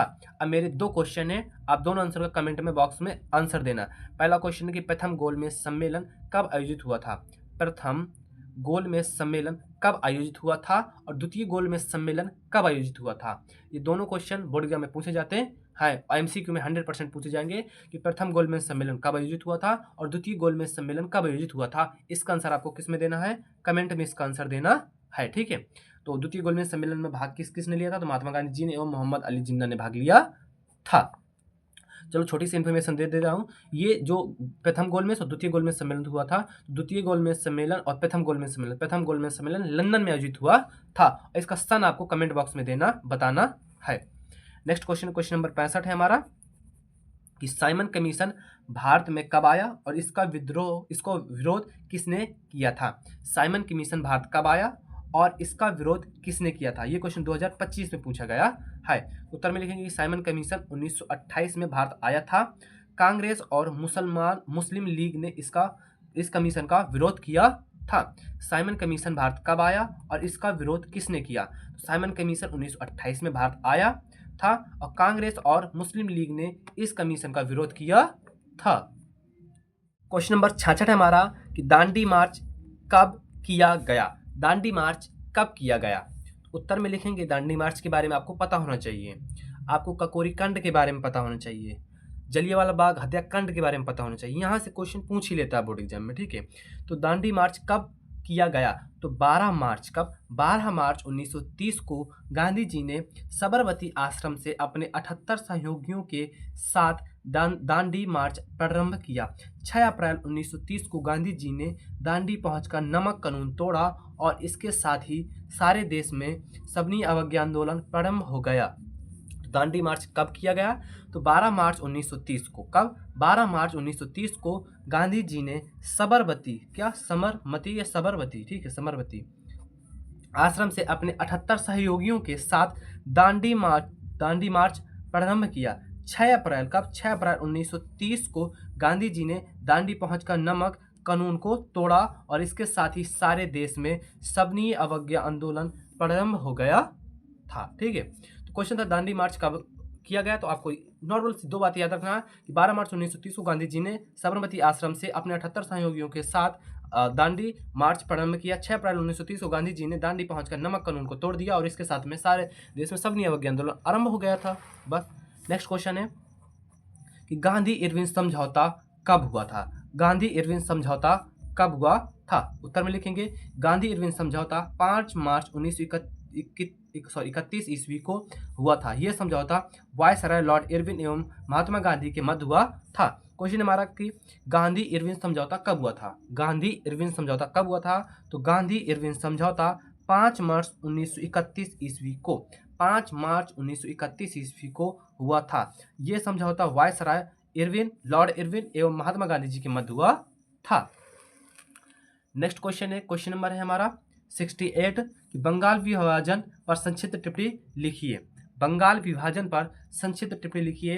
ये क्वेश्चन 2025 में जरूर पूछा गया है। उत्तर में लिखेंगे 1905 में बंगाल विभाजन ने प्रांत को पश्चिमी भाग जिसका बहुमत हिंदू था और पूर्वी बंगाल जिसका बहुमत मुस्लिम था के बीच विभाजित कर दिया गया। लेकिन पूर्वी बंगाल में हिंदुओं और पश्चिमी बंगाल में मुस्लिमों की अत्यधिक अल्पसंख्या छोड़ दी गई, जबकि मुसलमान विभाजन के पक्ष में थे क्योंकि उनके पास अपना अलग प्रांत होगा। हिंदुओं ने इसका विरोध किया था क्योंकि यदि ऐसा हो गया तो फिर बहुत ज़्यादा दिक्कत होती, अलग अलग स्टेट में सभी स्टेट टूट जाते। ठीक है, वही सबसे बड़ा कारण था कि बंगाल विभाजन पर संक्षिप्त टिप्पणी लिखिए। बंगाल विभाजन पर संक्षिप्त टिप्पणी लिखिए। ये 2025 में पूछा गया है। उत्तर में लिखेंगे कि 1905 में। कब हुआ था बंगाल विभाजन? कब हुआ था? 1905 में। बंगाल विभाजन ने प्रांत को पश्चिमी बंगाल, किसमें? पश्चिम बंगाल जिसका बहुमत हिंदू था। क्या था? पश्चिम बंगाल का बहुमत कौन था? हिंदू था। पूर्वी बंगाल जिसका बहुमत मुस्लिम था। एक बार यहाँ तक और समझो कि पश्चिम बंगाल जिसका बहुमत हिंदू था और पूर्वी बंगाल जिसका बहुमत मुस्लिम था के बीच ये विभाजित कर दिया गया था। किन के बीच में विभाजित कर दिया था? पश्चिमी बंगाल और पूर्वी बंगाल के बीच में इसको विभाजित कर दिया गया था। लेकिन पूर्वी बंगाल में हिंदुओं को और पश्चिम बंगाल में मुस्लिमों की अत्यधिक अल्पसंख्या छोड़ दी गई थी। देखो इसको और समझो कि पश्चिम बंगाल जिसका बहुमत हिंदू था, क्या था? जिसका बहुमत हिंदू था, और पूर्वी बंगाल जिसका बहुमत मुस्लिम था के बीच में विभाजित कर दिया गया था। लेकिन पूर्वी बंगाल, पूर्वी में कौन थे? मुस्लिम थे। कौन थे? मुस्लिम थे। कौन थे? मुस्लिम थे, सहयोगी। ठीक है, और अब पश्चिम में कौन थे? हिंदू थे। कौन थे? हिंदू थे। ठीक है, तो पूर्वी बंगाल में हिंदुओं को और पश्चिम बंगाल में मुसलमानों को छोड़ दिया था, अत्यधिक अल्पसंख्या में छोड़ दिया था, मतलब अपोजिट हो गया था। जहां हिंदू होना चाहिए था वहां पर मुसलमान छूट गया था, जहां मुसलमान होना चाहिए वहां हिंदू छूट गया था। जबकि मुसलमान विभाजन के पक्ष में थे, जो मुस्लिम थे वो विभाजन के पक्ष में थे, जबकि अपने पास, क्योंकि उनके पास अलग प्रांत होना चाहते थे, वो अलग प्रांत बनाना चाहते थे। ठीक है, और हिंदुओं ने इसका विरोध किया था। हिंदुओं ने क्या किया था? इसका विरोध किया था। यही था हमारा बंगाल विभाजन पर संक्षिप्त टिप्पणी नहीं थी। तो बंगाल विभाजन 1905 में होता है, ये बात बस याद रखनी है। नेक्स्ट क्वेश्चन है हमारा, खिलाफत आंदोलन क्या था? खिलाफत आंदोलन क्या था? ये 2025 में पूछा गया है कि खिलाफत आंदोलन क्या था। उत्तर में लिखेंगे मार्च 1919 में बंबई में एक खिलाफत समिति का गठन किया गया। मोहम्मद अली और शौकत अली बंधुओं ने इस आंदोलन को नेतृत्व प्रदान किया। प्रथम विश्व युद्ध की समाप्ति के बाद ब्रिटिश सरकार ने तुर्की साम्राज्य का विघटन करने का निश्चय किया, जिसमें भारतीय मुसलमानों की सहानुभूति तुर्की और तुर्की के खलीफा के साथ थी। खलीफा क्या होता है अभी समझाऊंगा। ठीक है, खलीफा के साथ थी। वो खलीफा का प्रभाव बनाए रखना चाहते थे। खलीफा उनके गुरु हुआ करते थे। कौन हुआ करते थे? मुसलमानों के गुरु हुआ करते थे। जो मुसलमानों में शासक हुए हैं जैसे कुतुबुद्दीन ऐबक, ठीक है, लोधी वंश वगैरह जो ये हुए हैं, गुलाम वंश, लोधी वंश, सैयद वंश, ठीक है, इनके जो गुरु हुआ करते थे, मतलब जिनकी ये आज्ञा लिया करते थे, वो खलीफा कहलाया करते थे। क्या कहलाते थे? खलीफा कहलाया करते थे। तो खिलाफत आंदोलन क्या था? तो मार्च 1919 में बम्बई अर्थात वर्तमान में मुंबई में, ठीक है, बम्बई में एक खिलाफत समिति का गठन किया गया था। मोहम्मद अली, कौन? मोहम्मद अली और शौकत अली बंधुओं ने इस आंदोलन का नेतृत्व प्रदान किया था। प्रथम विश्व युद्ध की समाप्ति के बाद ब्रिटिश सरकार ने तुर्की साम्राज्य का विघटन करने का निश्चय किया था, जिसमें भारतीय मुसलमानों की सहानुभूति तुर्की और तुर्कियों के खलीफा के साथ थी। वे खलीफा का प्रभाव बनाए रखना चाहते थे। यही था खिलाफत आंदोलन। क्वेश्चन नंबर 70 है हमारा कि असहयोग आंदोलन कब और क्यों वापस लिया गया? असहयोग आंदोलन कब और क्यों वापस लिया गया था? कि असहयोग आंदोलन कब और क्यों वापस लिया गया था? उत्तर में लिखिए कि 4 फरवरी 1922 को किसानों का एक समूह ने संयुक्त प्रांत के चौरी चौरा पूर्व मतलब होता इलाका में एक पुलिस स्टेशन पर हमला कर उसमें आग लगा दी। इस अग्निकांड में अनेक पुलिस वाले मारे गए। हिंसा की इस कार्यवाही से आहत गांधी जी ने असहयोग आंदोलन वापस ले लिया था। तो असहयोग आंदोलन कब और क्यों वापस लिया गया? तो 4 फरवरी 1922 को 4 फरवरी 1922 को किसानों के एक समूह ने संयुक्त प्रांत के चौरी चौरा पूर्व मतलब होता है एक छोटा सा इलाका, ठीक है, इलाका या चौराहा बोल दो, इलाका या चौराहा, ठीक है, पूर्वा मतलब आप समझते हो कि आप पूर्वा आप चौराहा या एक क्षेत्र में जिसे वार्ड बोलते हैं, आप क्या वार्ड बोलते हैं, ठीक है, में एक पुलिस स्टेशन पर हमला करके उसमें आग लगा दी थी। इस अग्निकांड में अनेक पुलिस वाले मारे गए थे। लगभग 23 पुलिस वाले या 24 पुलिस वाले मारे गए थे। हिंसा की इस कार्यवाही से आहत गांधी जी ने असहयोग आंदोलन को वापस ले लिया था। क्या किया था? गांधी जी ने वापस ले लिया था। कब? 4 फरवरी 1922 को इन्होंने असहयोग आंदोलन को वापस ले लिया था। नेक्स्ट क्वेश्चन है क्वेश्चन नंबर 71 है हमारा कि असहयोग आंदोलन को संक्षिप्त में वर्णन कीजिए। अब हमें असहयोग आंदोलन के संक्षिप्त में समझाना है। ये क्वेश्चन 2023 में पूछा गया था। कब? 2023 में 2 सेटों में पूछा गया था। तो उत्तर में लिखेंगे कि असहयोग आंदोलन अंग्रेजों द्वारा भारतीयों पर अत्याचार के विरुद्ध 1 अगस्त 1920 को गांधी जी द्वारा शुरू किया गया। ये अंग्रेजी द्वारा प्रस्तावित अन्यायपूर्ण कानून और कार्यों के विरोध में देश व्यापारी अहिंसा आंदोलन था। इस आंदोलन में वह स्पष्ट किया गया था कि वह स्वराज अंतिम उद्देश्य है। देखो, पहला क्वेश्चन था हमारा कि असहयोग आंदोलन कब और क्यों वापस लिया गया था। तो ये 4 फरवरी 1922 को वापस लिया गया था क्योंकि किसानों का एक समूह ने चौरी चौरा नामक पूर्वा या स्थान पर अग्निकांड किया था, एक पुलिस स्टेशन को जला दिया था। इस वजह से गांधी जी आहत होकर असहयोग आंदोलन वापस ले लेते हैं। पर असहयोग आंदोलन को संक्षिप्त में समझाइए। असहयोग आंदोलन की स्थापना मतलब शुरुआत कब हुई थी? तो 1 अगस्त 1920 को इसकी शुरुआत हुई थी। कब हुई थी? 1 अगस्त 1920 को असहयोग आंदोलन की स्थापना हुई थी या शुरुआत हुई थी। तो देखो, क्वेश्चन है कि असहयोग आंदोलन को संक्षिप्त में समझाइए। तो असहयोग आंदोलन अंग्रेजों द्वारा भारतीयों पर अत्याचार के विरुद्ध 1 अगस्त 1920 को गांधी जी ने शुरू किया था।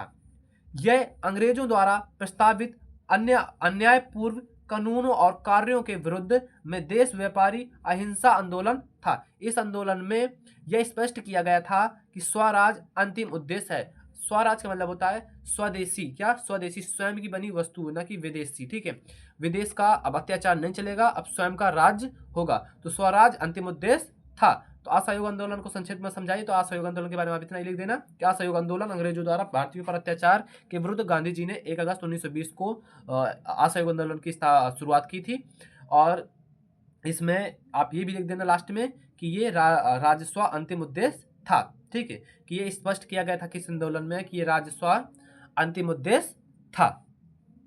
क्वेश्चन नंबर 72 है हमारा, ककोरी कांड कब और कहां हुआ? ककोरी कांड कब और कहां हुआ? ये 2020 में, 22 में, 23 में, 25 में पूछा गया है कि ककोरी कांड कब और कहां हुआ। उत्तर में लिखेंगे ककोरी कांड भारतीय स्वतंत्रता संग्राम के क्रांतिकारियों द्वारा ब्रिटिश राज्य के विरुद्ध भयंकर युद्ध छेड़ने के लिए हथियार खरीदने की इच्छा से ब्रिटिश खजाना लूटने की एक ऐतिहासिक घटना थी, जो ककोरी नामक स्थान पर 9 अगस्त 1925 को घटी थी। ककोरी कांड कब और कहाँ हुआ? ककोरी कांड कब और कहाँ हुआ था? तो ककोरी कांड भारतीय स्वतंत्रता संग्राम के क्रांतिकारियों द्वारा ब्रिटिश राज्य के विरुद्ध भयंकर युद्ध छेड़ने के लिए हथियार खरीदने की इच्छा से ब्रिटिश खजाना लूट लेने की एक ऐतिहासिक घटना थी, जो ककोरी नामक स्थान पर 9 अगस्त 1925 को घटी थी। नेक्स्ट क्वेश्चन है, क्वेश्चन नंबर 73 है कि क्रिप्स मिशन का क्या उद्देश्य था और यह क्यों असफल हुआ? क्रिप्स मिशन का क्या उद्देश्य था, यह क्यों असफल हुआ? ये 2022 में 2 सेटों में पूछा गया था कि क्रिप्स मिशन क्या था और इसका उद्देश्य क्या था और ये क्यों असफल रहा। उत्तर में लिखेंगे कि क्रिप्स मिशन मार्च 1942 में ब्रिटिश सरकार द्वारा भारत भेजा गया। यह एक मिशन था जिसका उद्देश्य द्वितीय विश्व युद्ध के समय अपने लिए भारत का पूर्ण सहयोग प्राप्त करना था। इसके अध्यक्ष सर स्टैफर्ड क्रिप्स थे। इस मिशन के माध्यम से भारतीयों को मुस्लिम लीग ने क्रिप्स मिशन को इसलिए स्वीकार नहीं किया क्योंकि इनके सांप्रदायिक आधार पर पाकिस्तान की मांग नहीं मानी गई, जबकि कांग्रेस ने इसलिए स्वीकार नहीं किया क्योंकि इससे भारत के छोटे छोटे टुकड़े होने की संभावना थी। क्वेश्चन था क्रिप्स मिशन क्या था, उसका उद्देश्य क्या था, वो क्यों असफल रहा था। तो देखो समझो एक बार, इसको और अच्छे समझते हैं, एक एक लाइन को समझें। ये क्रिप्स मिशन मार्च 1942 में, कब? मार्च 1942 में ब्रिटिश सरकार द्वारा भारत भेजा गया था। यह एक मिशन था, ठीक है। कैसा मिशन था? एक ये मिशन था जिसका उद्देश्य द्वितीय विश्व युद्ध के समय अपने लिए भारत का पूर्ण सहयोग प्राप्त करना था। इसके अध्यक्ष सर स्टैफर्ड क्रिप्स थे। इस मिशन के माध्यम से भारतीयों को मुस्लिम लीग ने क्रिप्स मिशन को इसलिए स्वीकार नहीं किया था क्योंकि इसने सांप्रदायिक आधार पर पाकिस्तान की मांग नहीं मानी थी, जबकि कांग्रेस ने इसलिए स्वीकार नहीं किया था क्योंकि भारत के छोटे छोटे टुकड़े होने की संभावना थी। तो क्रिप्स मिशन का क्या उद्देश्य था और ये क्यों असफल रहा था? तो क्रिप्स मिशन का उद्देश्य ये था कि क्रिप्स मिशन मार्च 1942 में ब्रिटिश सरकार द्वारा भेजा गया था और जिसका उद्देश्य था कि द्वितीय विश्व युद्ध के समय अपने लिए भारत का पूर्ण सहयोग प्राप्त करना था और इसके अध्यक्ष सर स्टैफर्ड क्रिप्स थे। इस मिशन के माध्यम से भारतीयों को मुस्लिम लीग ने क्रिप्स मिशन को स्वीकार इसलिए नहीं किया था क्योंकि ये सांप्रदायिक आधार पर पाकिस्तान की मांगों को नहीं माना था, और कांग्रेस ने इसलिए नहीं स्वीकार किया था क्योंकि उनको चिंता थी कि भारत छोटे छोटे टुकड़ों में टूट जाएगा, ये संभावना हो गई थी। क्वेश्चन नंबर 74 है हमारा कि सबनी अवज्ञा आंदोलन पर एक टिप्पणी लिखिए। सबनी अवज्ञा आंदोलन पर एक टिप्पणी लिखनी है। उत्तर में लिखेंगे अंग्रेजी सरकार के दमन चक्र से परेशान होकर महात्मा गांधी ने 12 मार्च 1930 ईस्वी को दांडी यात्रा प्रारंभ की और 6 अप्रैल को नमक कानून तोड़कर सबनी अवज्ञा आंदोलन प्रारंभ किया। यह आंदोलन शीघ्र ही प्रगति कर गया। धीरे धीरे यह जन आंदोलन बन गया। महात्मा गांधी सहित कांग्रेस के बड़े बड़े नेता बंदी बन गए थे। सबनी अवज्ञा आंदोलन पर एक संक्षिप्त टिप्पणी लिखनी है। तो सबनी अवज्ञा आंदोलन पर समझो कि अंग्रेजी सरकार के दमन चक्र से परेशान होकर गांधी जी ने 12 मार्च 1930 ईस्वी को दांडी यात्रा प्रारंभ की थी। 6 अप्रैल 1930 को नमक कानून तोड़कर गांधी जी ने सबनी अवज्ञा आंदोलन को प्रारंभ किया था।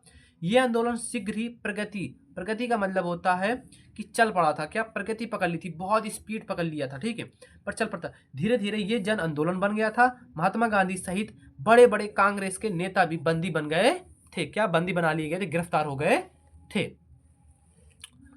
क्वेश्चन नंबर 75 है हमारा कि 1909 के मार्ले मिंटो एक्ट की किन्हीं 2 कमियों का उल्लेख कीजिए। ये 2020 में पूछा गया है कि 1909 के मार्ले मिंटो एक्ट की किन्हीं 2 कमियों का उल्लेख कीजिए। उत्तर में लिखेंगे कि इस एक्ट द्वारा सीमित मताधिकार तथा विधान परिषद की सीमित शक्तियों ने प्रतिनिधि सरकार का मिश्रण सा बना दिया था। क्या? सरकार को मिश्रण सा बना दिया था कि इस एक्ट द्वारा सीमित मताधिकार तथा विधान परिषद की सीमित शक्तियों ने प्रतिनिधि सरकार को मिश्रण सा बना दिया था। दूसरा पॉइंट है कि 1909 के सुधारों का मुख्य उद्देश्य उदारवादियों को दिग्भ्रमित कर राष्ट्रवादी दल में फूट डालना और सांप्रदायिक निर्वाचन प्रणाली को अपनाकर राष्ट्रीय एकता को विनाश करना था। 1909 के पार्लियामेंट एक्ट की किन्हीं दो कमियों का उल्लेख कीजिए। तो पहली कमी यह है कि इस एक्ट द्वारा सीमित मताधिकार तथा विधान परिषद की सीमित शक्तियों ने प्रतिनिधि सरकार को मिश्रण सा बना दिया था। कैसा मिश्रण सा बना दिया था?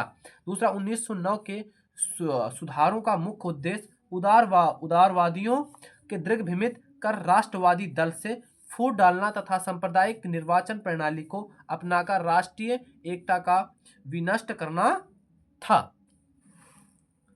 क्वेश्चन नंबर 76 है, भारत के संविधान की 4 विशेषताएं बताइए। भारत के संविधान की कोई 4 विशेषताएं बताना है।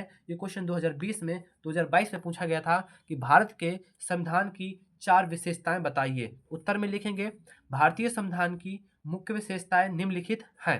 भारतीय संविधान की मुख्य विशेषताएं निम्नलिखित हैं, जिनमें से लिखेंगे कि विशाल एवं विस्तृत संविधान है, संप्रभुता संपन्न समाजवादी पंथ निरपेक्ष एवं लोकतांत्रिक संविधान है, संसदीय शासन प्रणाली है, स्वतंत्र न्यायपालिका है, मूल अधिकार है, राज्य के नीति निर्देशक तत्व हैं और मौलिक कर्तव्य भी हैं। तो भारत के संविधान की मुख्य विशेषताएं कौन कौन सी हैं? पहला कि विशाल एवं विस्तृत संविधान है, संप्रभुता संपन्न समाजवादी पंथ निरपेक्ष एवं लोकतांत्रिक है, संसदीय शासन प्रणाली है, स्वतंत्र न्यायपालिका है, मूल अधिकार है, राज्य के नीति निर्देशक तत्व हैं और मूल कर्तव्य आदि हैं। तो 70 है हमारा कि उद्देश्य प्रस्ताव किसके द्वारा प्रस्तुत किया गया था और किसके समक्ष कब प्रस्तुत किया गया था। ये क्वेश्चन 2025 में पूछा गया है। कब पूछा गया है? 2025 में पूछा गया है। उद्देश्य प्रस्ताव किसके द्वारा प्रस्तुत किया गया था और किसके समक्ष प्रस्तुत किया गया था। तो उत्तर में लिखेंगे कि जवाहरलाल नेहरू द्वारा संविधान सभा में संविधान का उद्देश्य प्रस्ताव 13 दिसंबर 1946 को प्रस्तुत किया गया था। ये प्रस्ताव भारतीय संविधान की प्रस्तावना का आधार बना था। क्या बना था? भारतीय संविधान की प्रस्तावना का आधार बना था। तो उद्देश्य प्रस्ताव किसके द्वारा प्रस्तुत किया गया था? तो उद्देश्य प्रस्ताव पंडित जवाहरलाल नेहरू के द्वारा प्रस्तुत किया गया था। और किसके समक्ष किया गया था? तो ये भारतीय संविधान की प्रस्तावना का आधार बना था। जवाहरलाल नेहरू द्वारा संविधान सभा में संविधान का उद्देश्य प्रस्ताव 13 दिसंबर 1946 को प्रस्तुत किया गया था और यही प्रस्ताव किसके समक्ष? तो भारतीय संविधान के समक्ष। किसके समक्ष? भारतीय संविधान के समक्ष प्रस्तुत किया गया था और यही बाद में प्रस्तावना का आधार बना था। क्वेश्चन नंबर 78 है हमारा कि संविधान सभा में कुल कितने सदस्य थे? संविधान सभा का अध्यक्ष कौन था? ये क्वेश्चन 2025 में पूछा गया है कि संविधान सभा में कुल कितने सदस्य थे और संविधान सभा का अध्यक्ष कौन था। तो उत्तर में लिखेंगे कि संविधान सभा में कुल 389 सदस्य थे, जिनमें से 292 प्रांतीय प्रतिनिधि थे और 93 प्रिंसली मतलब रजवाड़े थे, स्टेट के थे, प्रिंसली स्टेट के थे। भारत के विभाजन के बाद सदस्यों की संख्या घटकर 299 बची थी। संविधान सभा में अध्यक्ष डॉक्टर राजेंद्र प्रसाद थे। कौन थे? संविधान सभा के अध्यक्ष कौन थे? डॉक्टर राजेंद्र प्रसाद थे। तो संविधान सभा में कुल कितने सदस्य थे? संविधान सभा का अध्यक्ष कौन था? तो संविधान सभा में कुल 389 सदस्य थे, जिनमें से 292 प्रांतीय प्रतिनिधि के थे, अर्थात ये प्रांतीय थे, ठीक है, छोटे छोटे स्टेट के राज्य के थे। और 93 प्रिंसली थे। प्रिंसली मतलब रजवाड़े थे। कौन थे? रजवाड़े थे, स्टेट से थे, प्रिंसली स्टेट से थे, राजा हुआ करते थे। क्या तुम राजा समझो? क्या राजा? 93 राजा थे। कितने थे? 93 राजा थे। भारत के विभाजन के बाद बाद में सदस्यों की संख्या घटकर 299 बची थी। कितनी बची थी? 299 रह गई थी। संविधान सभा के अध्यक्ष डॉक्टर राजेंद्र प्रसाद थे। क्वेश्चन नंबर 79 है हमारा कि भारत का अंतिम वायसराय कौन था। ये क्वेश्चन 2025 में पूछा गया है। भारत का अंतिम वायसराय कौन था?